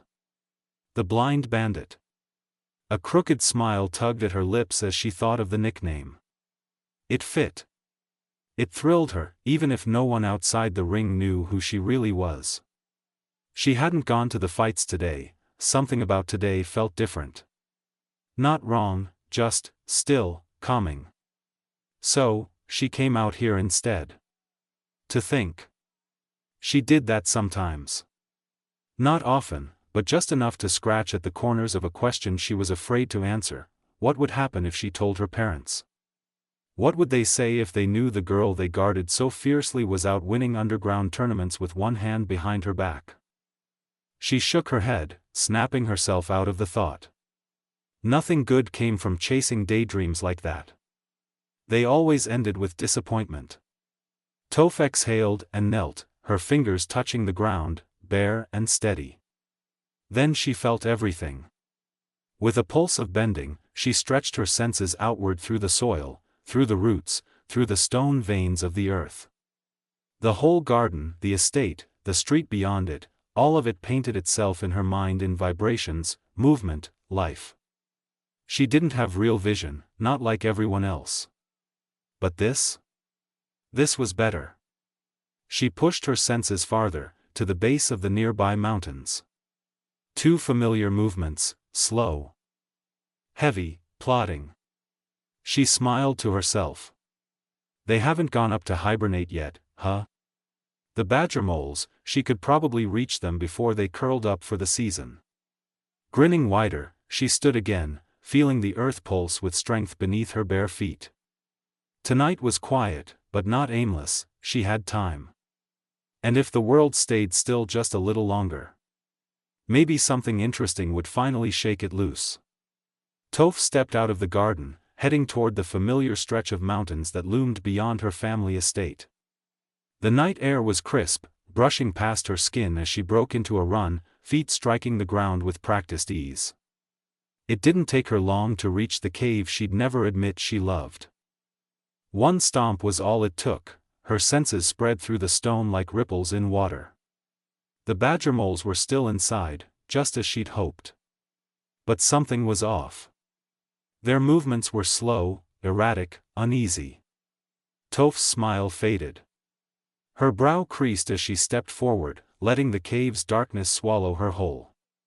But to her, it wasn't darkness at all. With every footfall, her seismic sense lit the world in sharp detail, walls, cracks, pebbles, and vibrations mapped out perfectly in her mind. She searched the tunnel ahead for the familiar rhythms of her friends, her teachers. The ones who taught her the truth of earthbending. She didn't have to look long. Two massive forms crawled just ahead, their claws scraping slowly against the stone. The cave twisted and curved around them, the same old tunnel system they'd carved over the years. But something was wrong. Toph stopped short. The badger moles were digging. Not in play, not in rhythm. Frantic, focused. Something beneath them was drawing their attention. Toph stepped calmly past the badger moles, her feet gliding over the softened dirt as the tremors settled beneath her soles. She didn't speak, she didn't need to. Her hands reached out gently, pressing against their massive furred sides. The beasts stilled instantly, responding to her with a quiet familiarity, like apprentices pausing at the presence of a true master. She kept her palms there for a breath, then turned her head toward the wall they'd been digging into. A single stomp echoed through the cavern. The vibrations shot out in a wide wave, bouncing, ringing, painting the world in perfect detail through her feet. And then she felt it. A segment of tunnel, maybe 15 feet ahead, sealed shut. Not by collapse or erosion. No, this was something else. Too clean. Too deliberate. She'd never felt it before, never known it was there. And Toph Beifong didn't miss things under her feet. Her brow lifted, now she was really interested. She walked forward slowly, reaching out and pressing her hands against the wall of earth the badger moles had been tearing into. There was something strange about it, tight, packed, older than anything she'd ever touched before. Like it didn't want to be found. Toph smiled. Well, she muttered to herself, fingers tapping the wall lightly. You two trying to grow the place or something? She turned her head slightly, addressing the badger moles still waiting behind her. You guys wanna expand? I can do that for ya. I mean, come on, whatever's down there's practically asking to be unearthed. The badger moles rumbled in low agreement, shifting impatiently. Toph rolled her shoulders, stepped back, and cracked her knuckles. All right, mystery dirt, she said with a grin. Let's see what you're hiding. Toph gave one more stomp, letting the vibrations roll deep into the tunnel like a ripple through water. She could feel the solid, ancient ground pulse back at her, echoing in a way that almost made her teeth buzz. Whatever this place was, it wasn't part of the mountain's natural layout. Her hands rose. She bent the earth forward, shifting it with practiced ease. The tunnel widened, reshaped, parted. Again, and again. Until, at last, a thin passage cracked open before her. She stepped in without hesitation, badger moles lumbering close behind. Another stomp followed, her seismic sense painted everything. The tunnel had shifted. No longer just dirt and raw stone, the ground beneath her feet was smooth. Unnaturally so. It felt more like polished tile than anything else. Not cracked, not dusty, clean. Toph's brows lifted. Huh, she muttered. Now that's craftsmanship. She walked forward slowly, dragging her fingertips along the tunnel wall.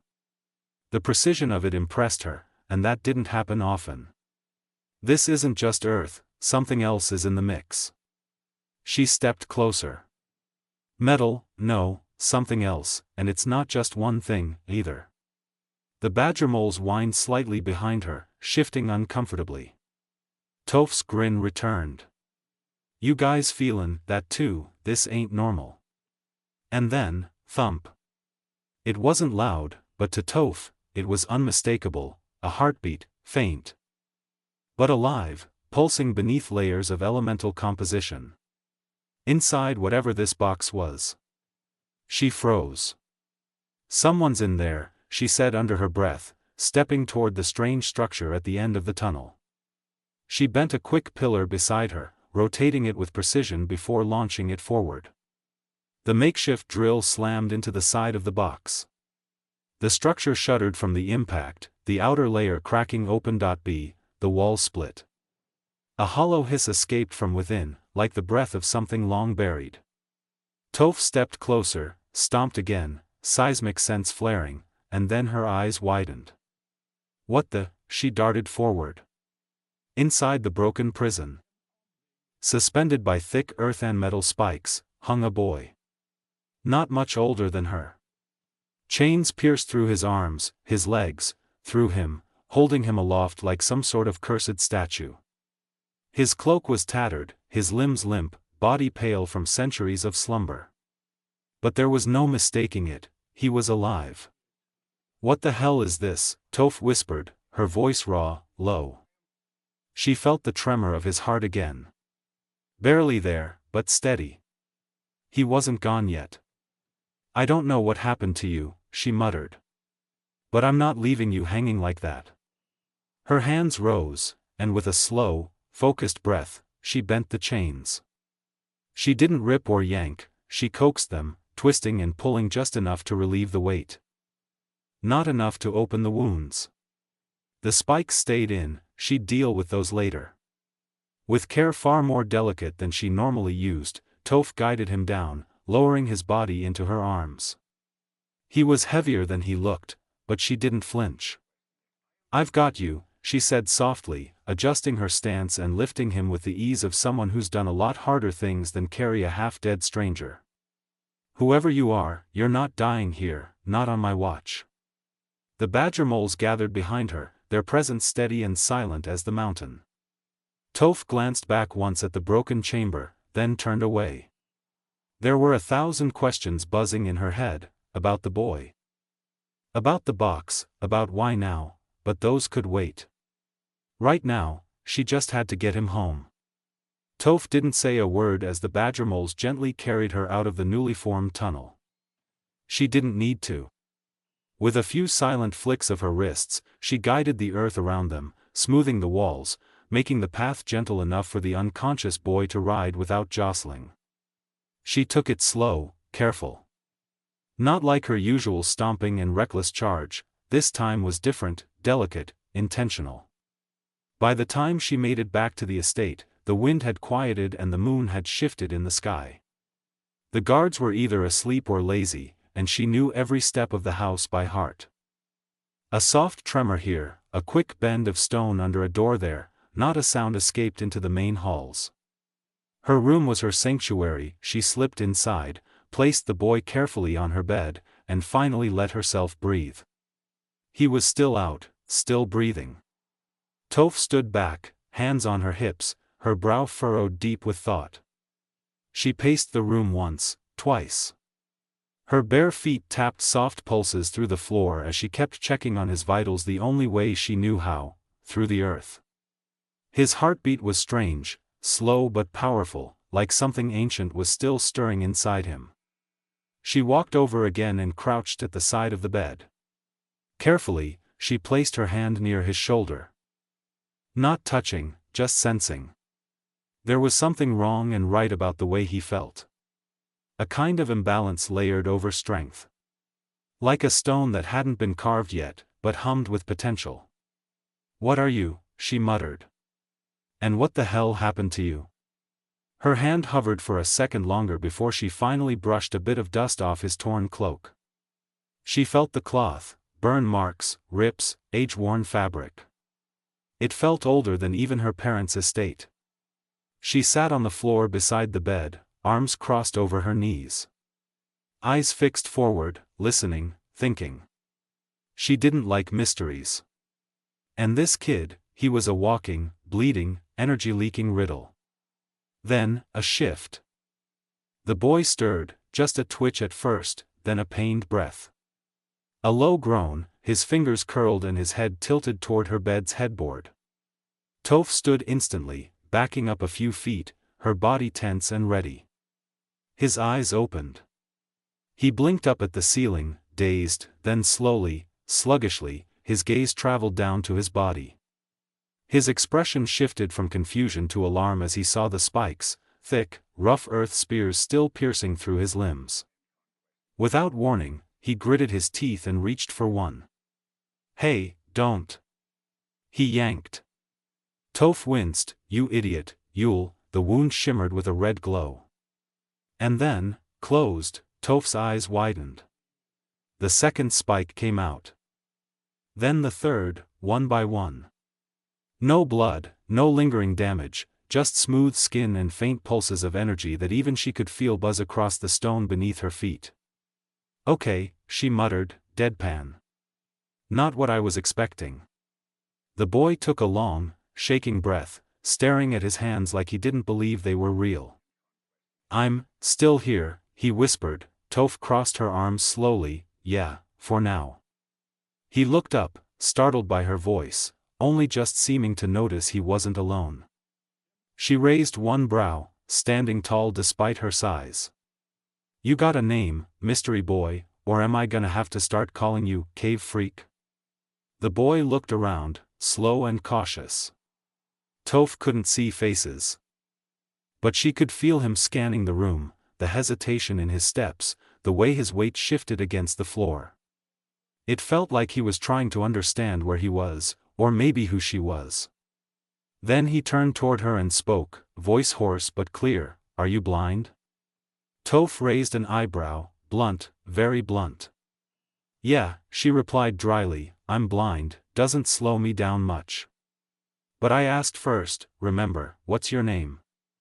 There was a pause, a thoughtful one, like he was weighing something in his head. "Naruto, Naruto Uzumaki, and you?" "Toph," she answered simply. Another pause. These were the moments she hated not being able to see. When people got quiet, when they pulled back into their own heads, her earth sense could tell her what their feet were doing. Sure, but not what was happening behind their eyes. Finally, Naruto spoke again.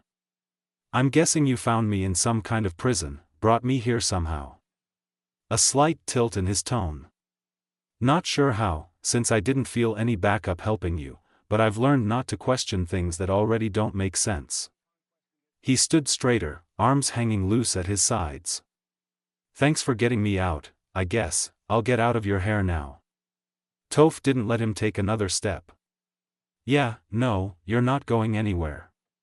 Naruto turned his head slightly, confused. "Why not?" "You're gonna give me a few explanations first," she said, crossing her arms.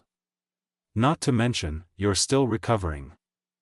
I'm not letting you wander around half-conscious like some barefoot mountain hermit."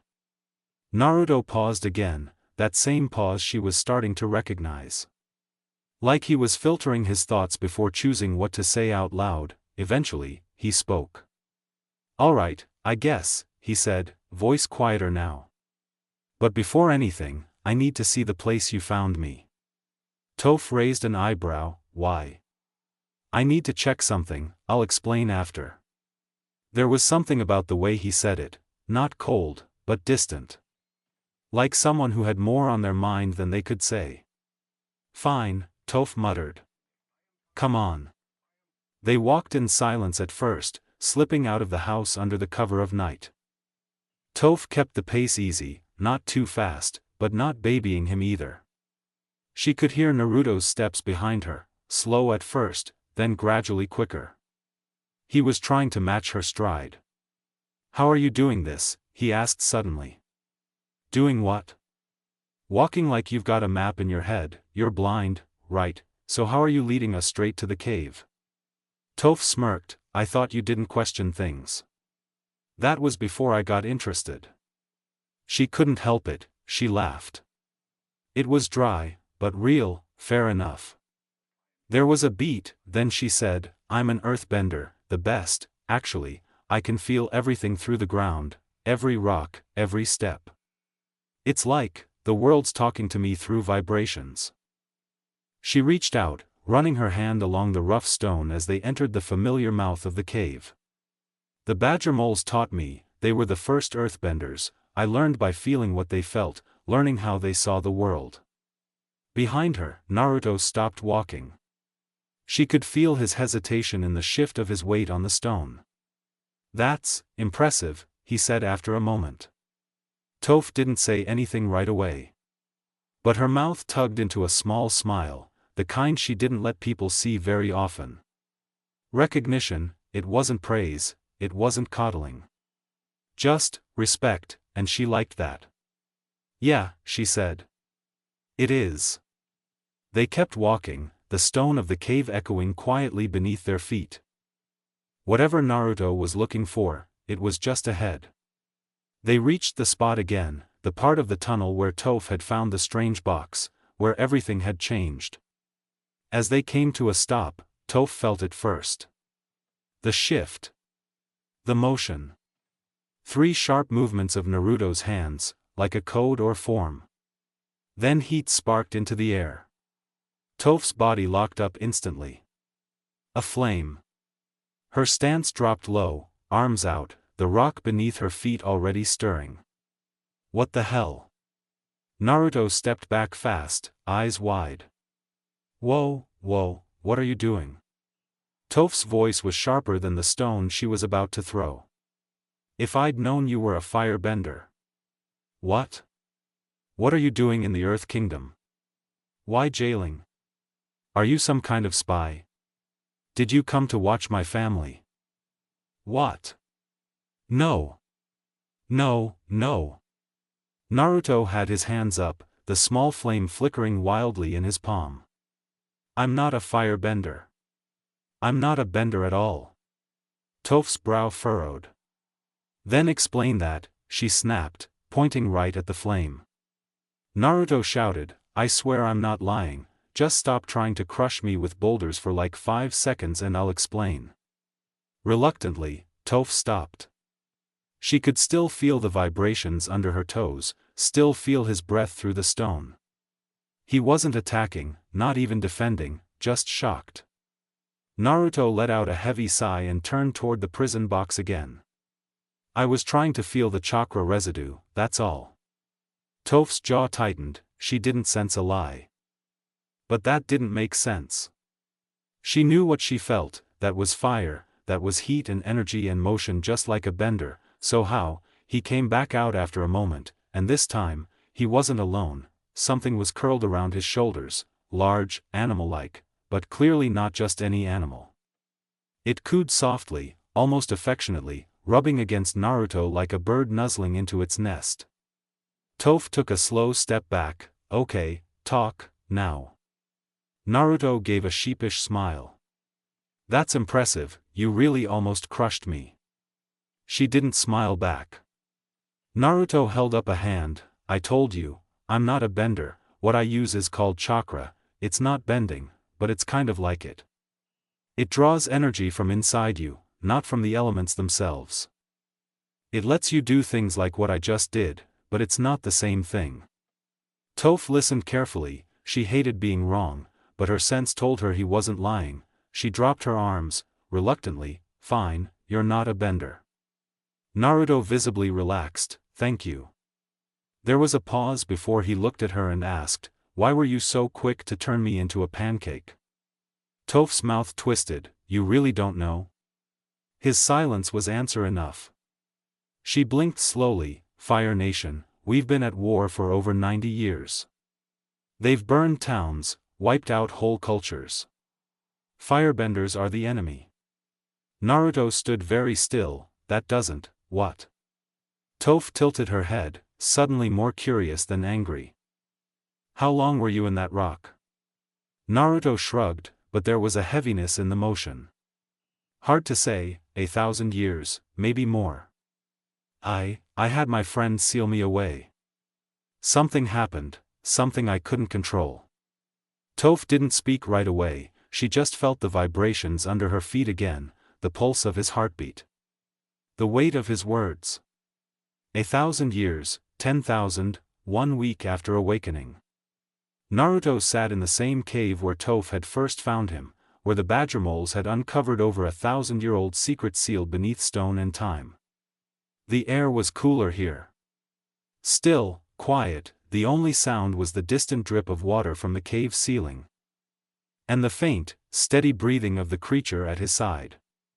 He was leaned against a stone outcropping, legs drawn loosely up, his arms resting around the shape of Samahata, who lay curled beside him in a half-dormant state, not quite a sword, not quite a beast, just, there, present. Naruto's thoughts were not so quiet. In a week, he'd learned more about the world than he thought possible. Not just where he was, when he was. The plan had worked. His and Juan's crazy, desperate, half-baked idea to seal the fox and outlast it had actually worked. The beast hadn't stirred since his awakening. Its chakra, while still searing hot and coiled inside him, was silent. That should have been a relief. But the more he learned, the more questions Naruto had. Fire Nation, Water Tribes, Earth Kingdom, Air Nomads. These weren't the names he remembered, they weren't clans or provinces or even great nations born from the old world. They were something new. Well-established, global, with their own cultures, economies, armies. That meant this wasn't just 1 or 2 centuries later. No, from what Toph told him, and what little history she reluctantly offered, this world had moved on, far on. He had been asleep longer than he ever imagined. Not 1,000 years, more. The world had outgrown him, and then there was the Avatar.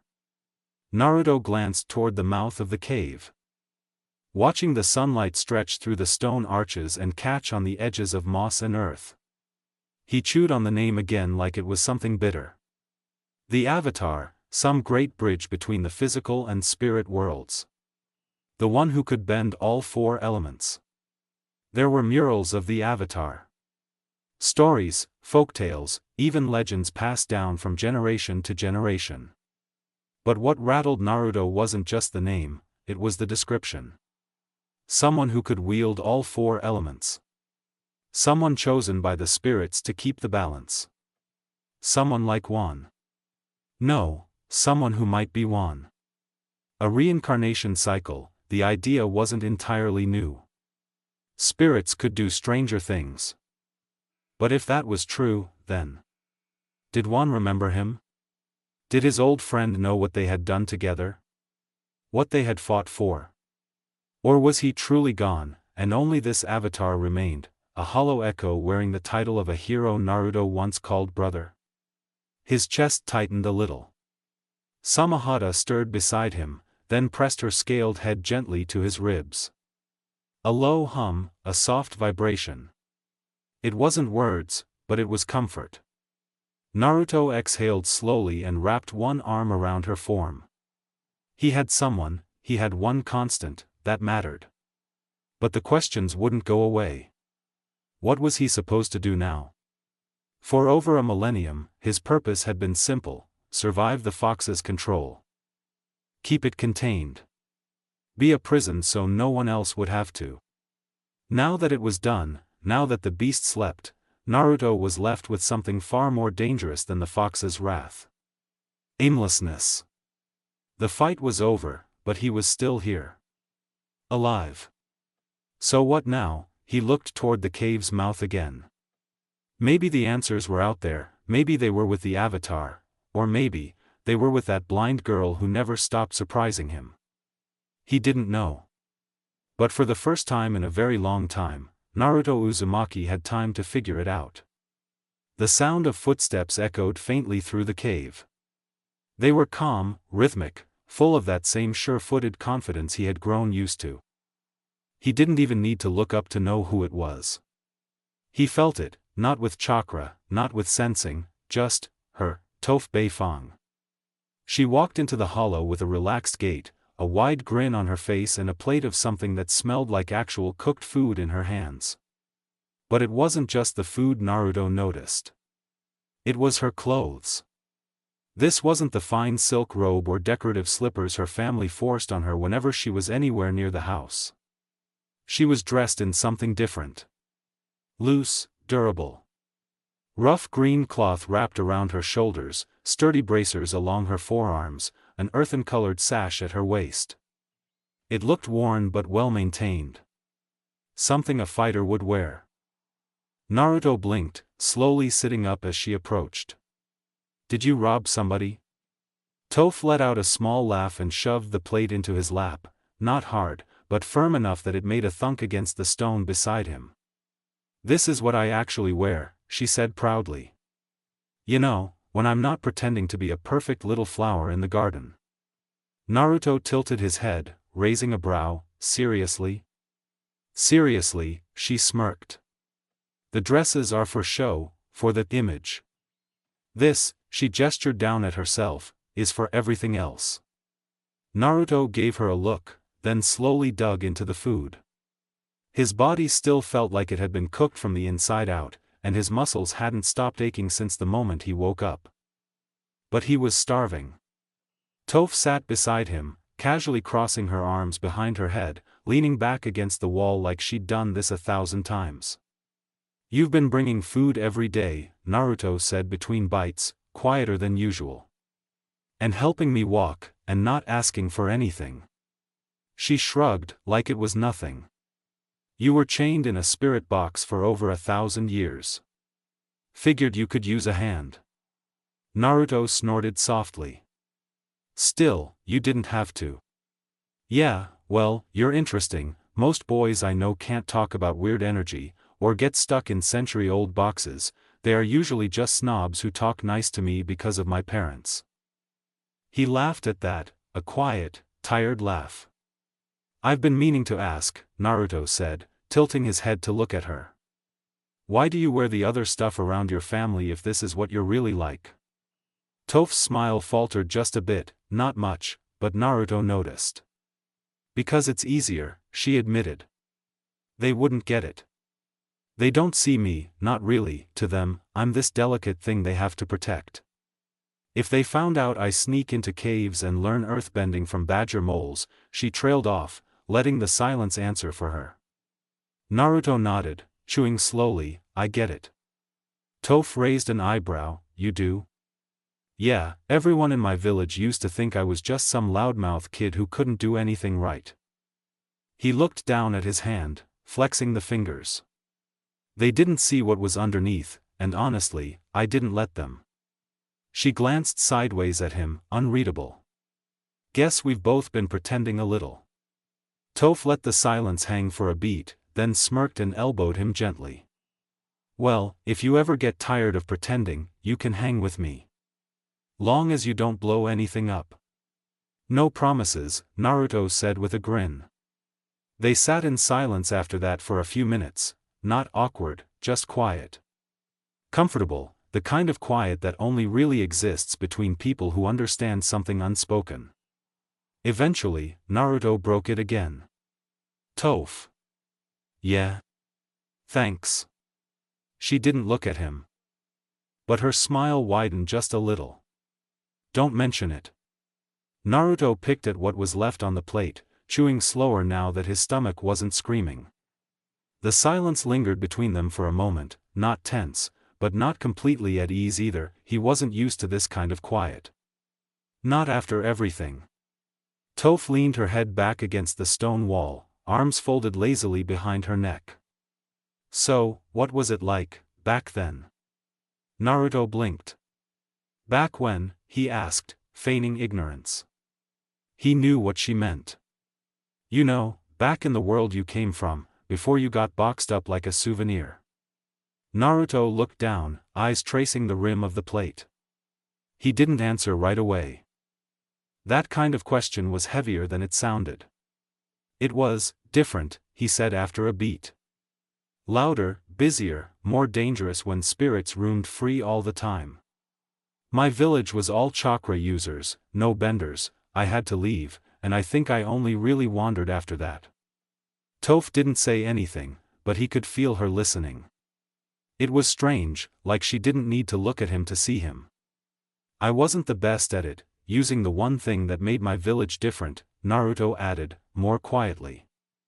At least, not at first, messed up a lot, wasn't exactly popular either, even as the prince. She huffed, I get that, people like to put others in boxes they can understand. Naruto's eyes flicked to her. Is that what your parents do? Toph gave a snort. Please, to them, I'm a vase, not even a box, pretty, breakable, blind, and not supposed to roll around in dirt with badger moles or sneak into earthbending tournaments under a fake name. That caught his attention. You do that? Toph grinned wide. Only all the time, I'm the blind bandit. Knocked out 5 earthbenders in one match once. Not bad for someone who's delicate, huh? Naruto actually chuckled. It was low, cautious, but real. I believe it, he said. You've got that punch first, ask later kind of vibe. Toph pretended to be offended. Excuse you, I punch first and last, thank you very much. Naruto smiled again. Though he didn't quite lift his head. He could feel the tension in his shoulders loosening, just a little. Not all the way, not yet, but enough to breathe. A beat passed before Toph tilted her head slightly, sensing something else nearby. That thing, next to you, she said. What is it? I can't really see, but I can feel it, it's alive, and shaped oddly. Is it a pet? Naruto froze just slightly, not visible, not to most people. But Toph would probably feel the stiffness in his breath, the slow pause of his fingers over his plate. No, he said finally. She's not, more like a close friend. She? He nodded, her name's Samahata, she's a spirit, lives in a blade, kind of bonded to me. We've been together since before I was sealed. Toph sat forward now, arms resting on her knees. What kind of spirit? Naruto hesitated, his throat tightened, it always did when someone asked him that. I don't know, he admitted. Not really, just that she's sharp, alive, and doesn't like being away from me for long. She likes chakra, feeds off it, actually, but she's never hurt me, never tried to. You trust her? He thought about that for a long second. More than I trust most people. Toph hummed, she didn't push him further, and Naruto was grateful for that. After a while, he spoke again. You ever wonder what it'd be like if people just saw you, like, really saw you? Toph tilted her head, a crooked grin spreading across her face. Every day.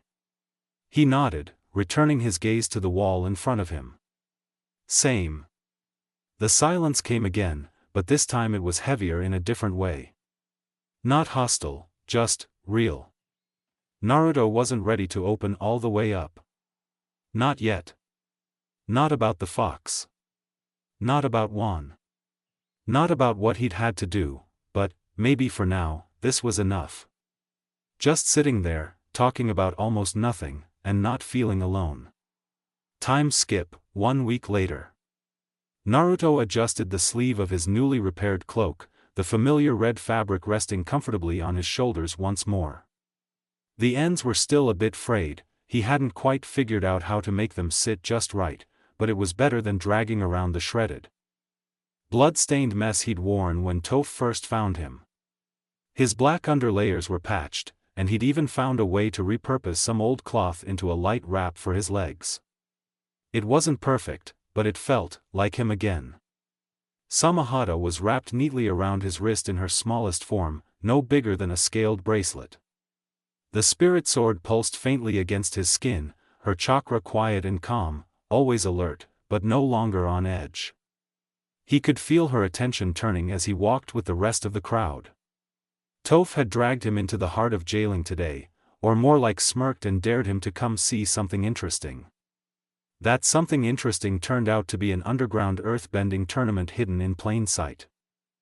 Naruto stood among dozens of shouting, stomping spectators, most of them Earth Kingdom locals, their clothes dusty and worn. The crowd encircled a massive arena carved directly into the ground, with high stone walls and plenty of broken debris littering the center from previous matches. He pulled his cloak tighter, gaze scanning the walls. "I can't believe I agreed to this," he muttered to himself. It wasn't the crowd that bothered him, not really. It was the open space. The noise. The chaos. A battlefield, but not a battlefield. He didn't like not knowing if a fight was a show or survival anymore. Still, he stayed, because Toph had asked. And because, if he was honest, he was curious. A bellowing voice roared across the arena, announcing the start of the match. Today's final match, the reigning champion, the Blind Bandit, versus a challenger from the outer provinces, Kota the Splitstone. Naruto raised an eyebrow at that. That sounds made up. The crowd screamed in approval as Toph stepped into the ring. She wore her usual green and beige tunic now, tied off at the waist, sleeves rolled up, feet bare as always. She walked like the ground was hers, because it was. Each step was light, but firm, pulsing outward like ripples. Her opponent, a burly teen with stone bracers and way too much attitude, grinned wide as he cracked his knuckles. "You sure you don't want to sit this one out, princess?" Toph didn't answer, she just smiled. The gong rang. Kota was fast, for someone who didn't know what he was dealing with. He slammed his foot down and sent a jagged wall of rock charging toward her. Dust kicked up from the impact, cloaking the arena in a rising cloud. Naruto's eyes narrowed. Toph didn't move until the wall was nearly on top of her. Then she shifted, just a step, a twist of her heel, and the entire wall crumbled, not dodged, not blocked. Collapsed from the inside. Kota shouted and raised both hands, summoning two stone slabs like shields. He hurled one at her. Toph raised a single finger. The slab veered off course mid-air, smashing into the arena wall with a deafening crash. She waited, let him come to her. Kota jumped, stomping down and sending twin spikes forward from the earth beneath him. Naruto's gaze sharpened, for a second, he almost missed it. Toph spun once, both feet sweeping forward, and the spikes shattered mid-rise. The ground had betrayed its owner. She stomped once more, hands flat to the earth, and it obeyed. Pillars surged upward in a spiral, cornering Kota.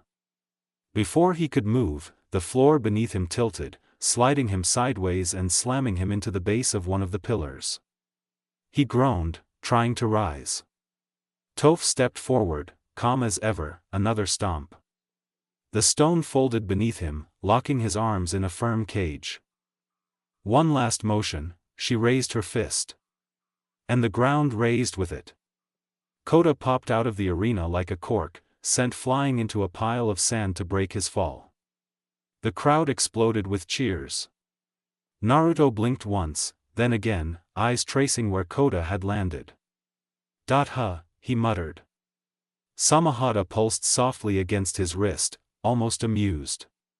Toph stood tall, brushing off her hands. A smirk tugged at the edge of her lips as she turned toward the crowd, and just slightly, toward the seat where Naruto was watching. She didn't say a word, but that smile? Yeah, he got the message. As the sun began its descent behind the jailing mountains, Toph and Naruto walked along a quiet, beaten path, leaving the shouts and stomping of the arena behind them. The crowds had long since faded into the distance, but the thrill of the match still hummed between the two like lingering electricity. Naruto walked with his arms folded behind his head, cloak rippling in the breeze, a rare grin tugging at his mouth. "You didn't even try," he said with a half-laugh. "That guy was all bark and no bending." Toph snorted, hands behind her back, rocks lightly skipping under her feet as she walked. Yeah, I know, I was hoping he'd at least make me sweat a little. But what can you do? She threw her chin up smugly. When you're the best, everyone else starts feeling slow. Naruto chuckled. Nah, slow is generous. You embarrassed him in front of half the city. If he had any pride left, it's probably still buried under the pillar you knocked him into. Toph smiled at that. You think that was good? I know it was, Naruto replied. You barely moved, and the ground did everything you wanted like it was second nature. It is second nature, she said. But, it's starting to feel a little too easy. Naruto glanced over at her. You want a real challenge? Toph sighed, kicking a pebble that skipped forward like a stone on a pond. I always do. Everyone in that ring fights with the same moves. They've never had to learn to fight. They just copy what their teachers showed them. No creativity, no rhythm, no teeth. Naruto's eyes flicked forward again. He was quiet for a few steps. Then he asked, casually, so, what if I could help with that? Toph stopped, eyebrow quirking. What, you wanna be my sparring dummy? Naruto grinned. Sparring partner, he corrected. I've seen what bending can do, even back before I was sealed, and if I'm gonna get stronger, I need practice. Real practice, not like what I did in the past. Toph tilted her head. What do you mean, didn't you train at all? Naruto's grin faltered, just a little. He wanted to explain, but he didn't know if he should tell her about his situation. He quickly decided against it. He would share just a bit more for her to understand. I did train, but you could call it a rushed job, he trailed off. Toph, curious, stayed silent. I trained for, 3 days, and I tried cramming everything I possibly could into one long training session.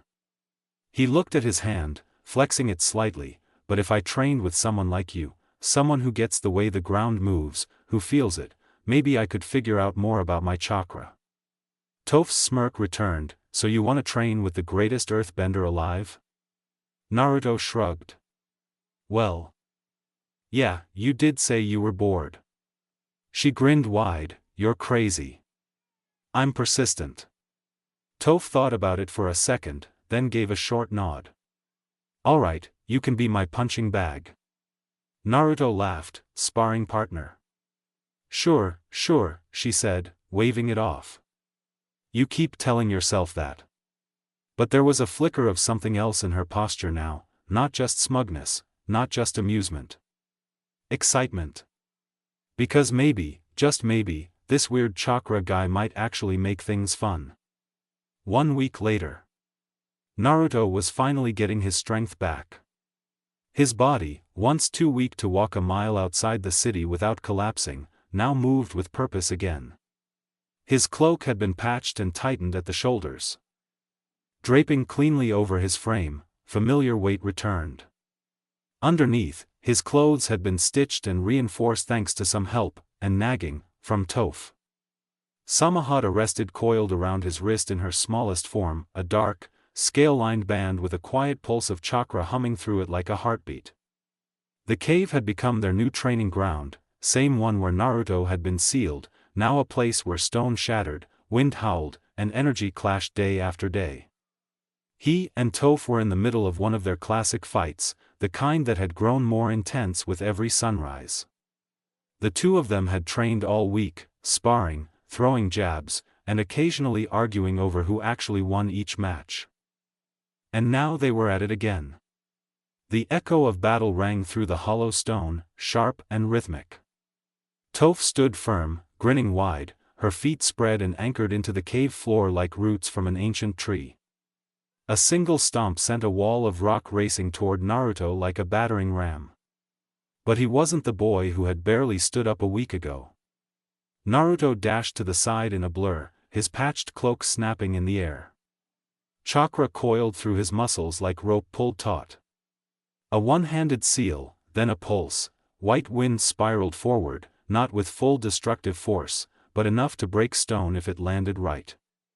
Toph barely moved, one heel twisted, and the rock beneath her arm surged upward into a slab that blocked the wind like it was nothing more than a breeze.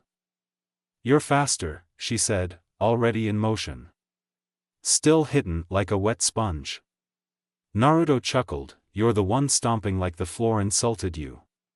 He leapt forward, shadow clone flickering beside him, a tactic they'd worked on together.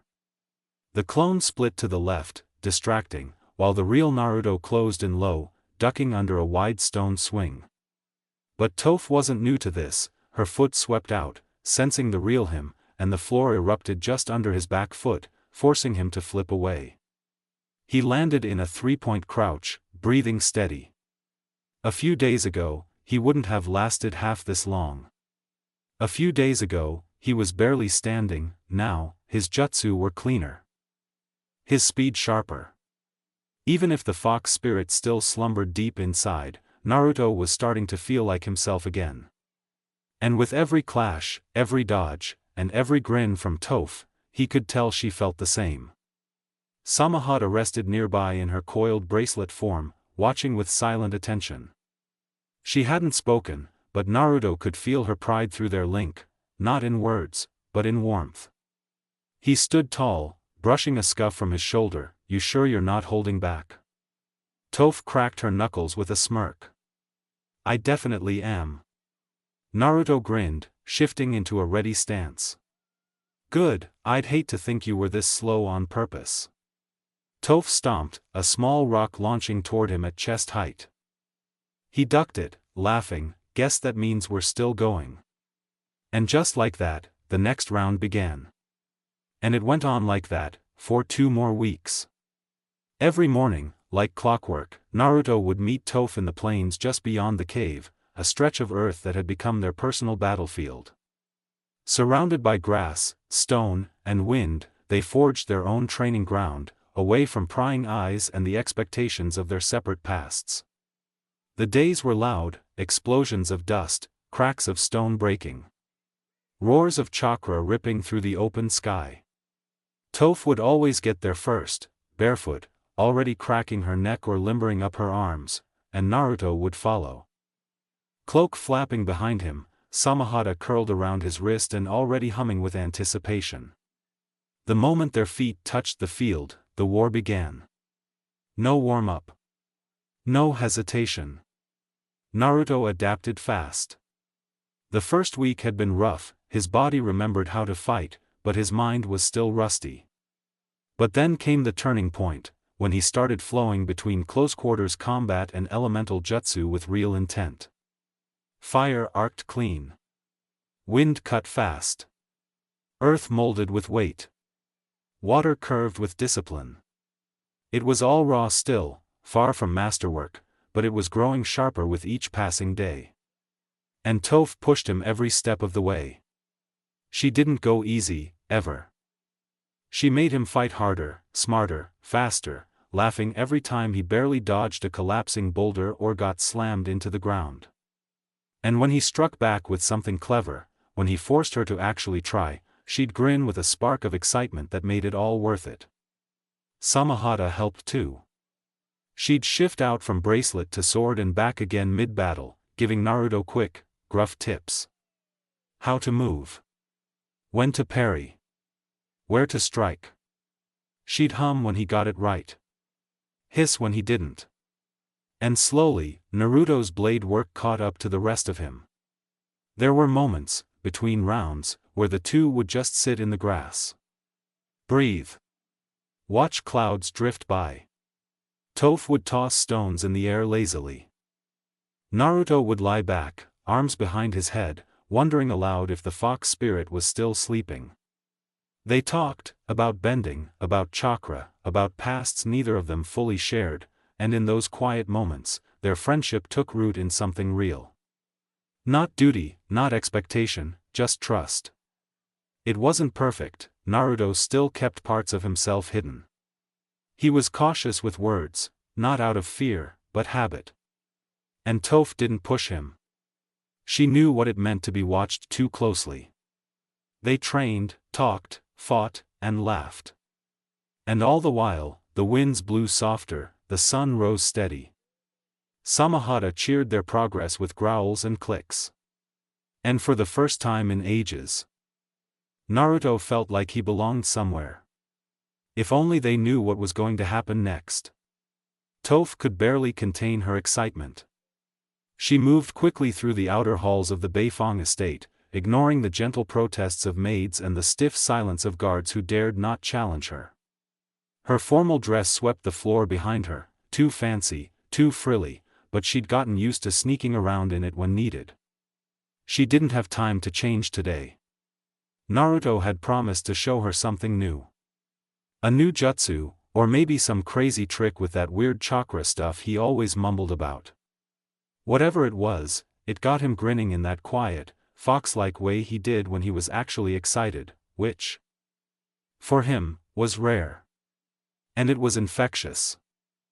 The moment she stepped into the old cave, she stopped. Something wasn't right. She didn't see it, she felt it. The earth trembled ever so slightly beneath her feet. An unnatural vibration pulsed through the floor, like a growl hidden in the bones of the world. Then she heard it. A low snarl, animalistic, dangerous. Samahata, a voice rasped. No, growled. Get back. Toph's smile vanished. Her stance shifted without thought. Barefoot, she stepped into her seismic sense fully, and what she felt made her pause. Naruto, standing near the center of their usual training spot, but his form was warped. Swollen with something wrong. His chakra, or whatever he called it, had twisted into something sharp. Jagged. It burned around him in waves, leaking out like steam, boiling the air. And Samahata was backing away. Then he noticed her. His head snapped toward her like a predator caught mid-hunt. His eyes were glowing, his body tensed. Toph, he rasped. What's going on? Toph asked, taking a cautious step forward. Her voice was firmer than she felt. She could feel him, every muscle tensed, his weight unstable, the ground around his feet scorched by that wild, pulsing energy. It twisted the air, it twisted him. Naruto didn't answer right away, his breath came out rough, shallow, edged with a low growl. You need to leave. His voice was heavier, layered, like two voices tangled together. I'm too dangerous right now. Toph didn't move. Yeah, well, I'm not exactly fragile, fox boy. That was the wrong thing to say. Naruto's head jerked, like something inside him snapped. And then, he roared. The sound was inhuman, raw, the walls of the cave trembled, a burst of red chakra ripping outward like a shockwave. Toph braced just in time, slamming her foot down and raising a quick stone wall to buffer the blast. What the, Naruto? She didn't have time to wait. He charged. Toph ducked low, pivoting on instinct. His chakra sliced the stone beside her like it was cloth. Her heart pounded, but her face stayed calm, steady. She couldn't fight him full out. She wouldn't. So she struck low, a small tremor beneath his feet to throw off his balance, then a rising pillar of stone to knock him back. It worked, for a moment. He stumbled, growling, landing hard. Snap out of it, Whiskers, she yelled, but the Naruto in front of her didn't respond. His movements were twitchy, primal, all muscle, no thought. He leapt again. Toph rolled under him, using a controlled burst to push herself back. Another wall, this one curved, sprang up behind her, giving her a moment to breathe. Come on, you idiot, she hissed. It's me, it's Toph, you know me, you like me, remember? She stomped again, a wide pulse of seismic energy flaring outward. She could feel everything, his heartbeat, wild and unstable, the earth under him, cracking slightly from each step, and the thick, searing pressure of chakra radiating from him like fire. He lunged a third time. She didn't dodge this time, instead, she slid in and knocked his knee out with a sharp sweep, using just enough force to bring him down without breaking anything. Naruto hit the floor with a grunt, chakra flaring wildly. Toph stood over him, breathing hard. Her fists trembled, not from fear, but from frustration. "Don't make me hurt you." The red glow flickered, just for a second. And Toph whispered, gentler now, "You don't want to do this, do you?" For a heartbeat. He didn't move. Then the growl faded into a low, pained breath. "Toph?" It was him, the real him, buried under all that fire. She took a cautious step forward, and nodded. "Yeah, I'm here." And for the first time since she entered that cave, she let the tension drop from her shoulders. But she knew this wasn't over. Not yet. Naruto growled again, hands trembling, claws half-formed as red chakra surged across his arms. He lunged once more, faster this time, and Toph barely threw up a stone plate in time to deflect the strike. It cracked under the force, the vibration rattling up her arms. "Damn it, Naruto!" she shouted, pushing him back with a sweeping quake. "You're not like this." He roared again, but it wasn't as sharp. The sound was lower, confused. She pressed her foot to the ground again, this time softer, focusing on the rhythm of his movements. His balance was shifting, not as wild. The chakra was still flooding off him, but something had changed. "Listen to me, you stubborn idiot," Toph said, breathless but steady. "You think I'm scared of you, you think I'd come all this way, every day, train with you, laugh with you, if I thought you were some monster?" Naruto flinched. Another breath, another quake, a pulse of earth, subtle, controlled. "You're not some wild thing, you're Naruto, you're my," she paused. "You're my friend, so start acting like it." That hit something. The chakra flared once more, wild, desperate, and then it sputtered. He dropped to one knee, panting. His arms fell limp at his sides. The glow receded like a tide. Inch by inch, the red light vanished, and the growling stopped. All that remained was Naruto. He was shaking, head down, fists clenched into the dirt. "I'm sorry," he rasped, voice rough and ashamed. I couldn't stop it." Toph was already walking forward. "You did stop it," she said simply, crouching beside him. "Took your sweet time, but you did." Samahata, silent until now, slithered from the shadows in her small form and pressed against Naruto's shoulder, a low hum of comfort rising from her. Naruto didn't look at either of them. He just closed his eyes and let the quiet hold him for a moment. Then, "Toph!" A shrill voice, two more footsteps. The shift in the earth was sudden, light, careful, controlled. Toph's body stiffened. The echoes of the fight were still drifting through the cave when Toph's parents rushed in. Broken stone lay scattered across the floor, gouges cut deep where Naruto's chakra blast had struck.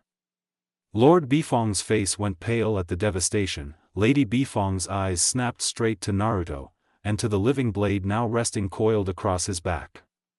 "A spirit creature," she hissed. "And you brought it here?" Lord Beifong seized the moment. "Toph, step away from that boy, now look what he's done to the caverns."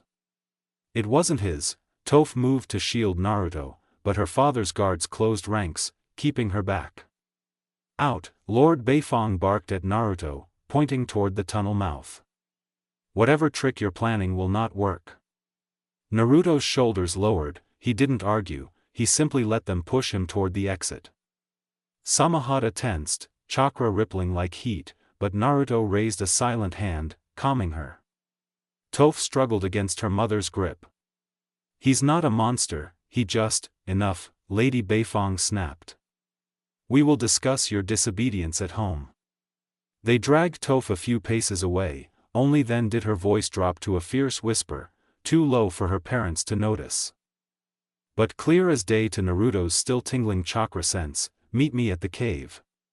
He froze, just for a heartbeat, as the guards herded him up the slope and out into fading daylight. Wind hissed through the tunnel. By the time he reached open ground, the Bifongs were gone, escorting Toph back toward the manor. Naruto stood alone amid broken stone, the ceiling didn't hold. The thought hammered through his skull like a drum. The fox's chakra had burst free, twisting him into something feral. If it happened once, it could happen again, next time with no Toph to knock sense back into him. I can't put her in that danger. He lowered a hand, Samahata. The spirit sword rustled. Then shrank against his wrist, scales folding into a tight, dark band that throbbed with muted life. Yeah, he murmured, glancing back toward Jailing's distant rooftops, it's time. No note, no farewell, just a choice. Naruto tightened his patched cloak, turned toward the mountains, and slipped into the evening shadows, silent, resolute, and already planning where he might learn to tame the beast within. Behind him, the twilight swallowed the cave mouth, and the quiet lingering in its depths felt strangely final. Naruto left that day. No sound, no goodbye, just the quiet crunch of his steps as he disappeared into the wilds beyond Jailing. He didn't look back. Toph's voice still echoed faintly in his mind. A whisper carried on the last threads of residual chakra. Meet me at the cave, but he never returned. From that day forward, he moved alone.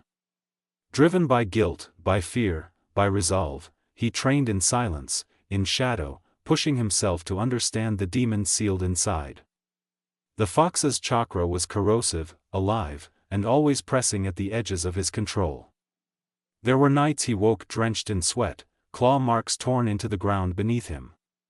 But he endured, he adapted, he learned. And eventually, he wandered.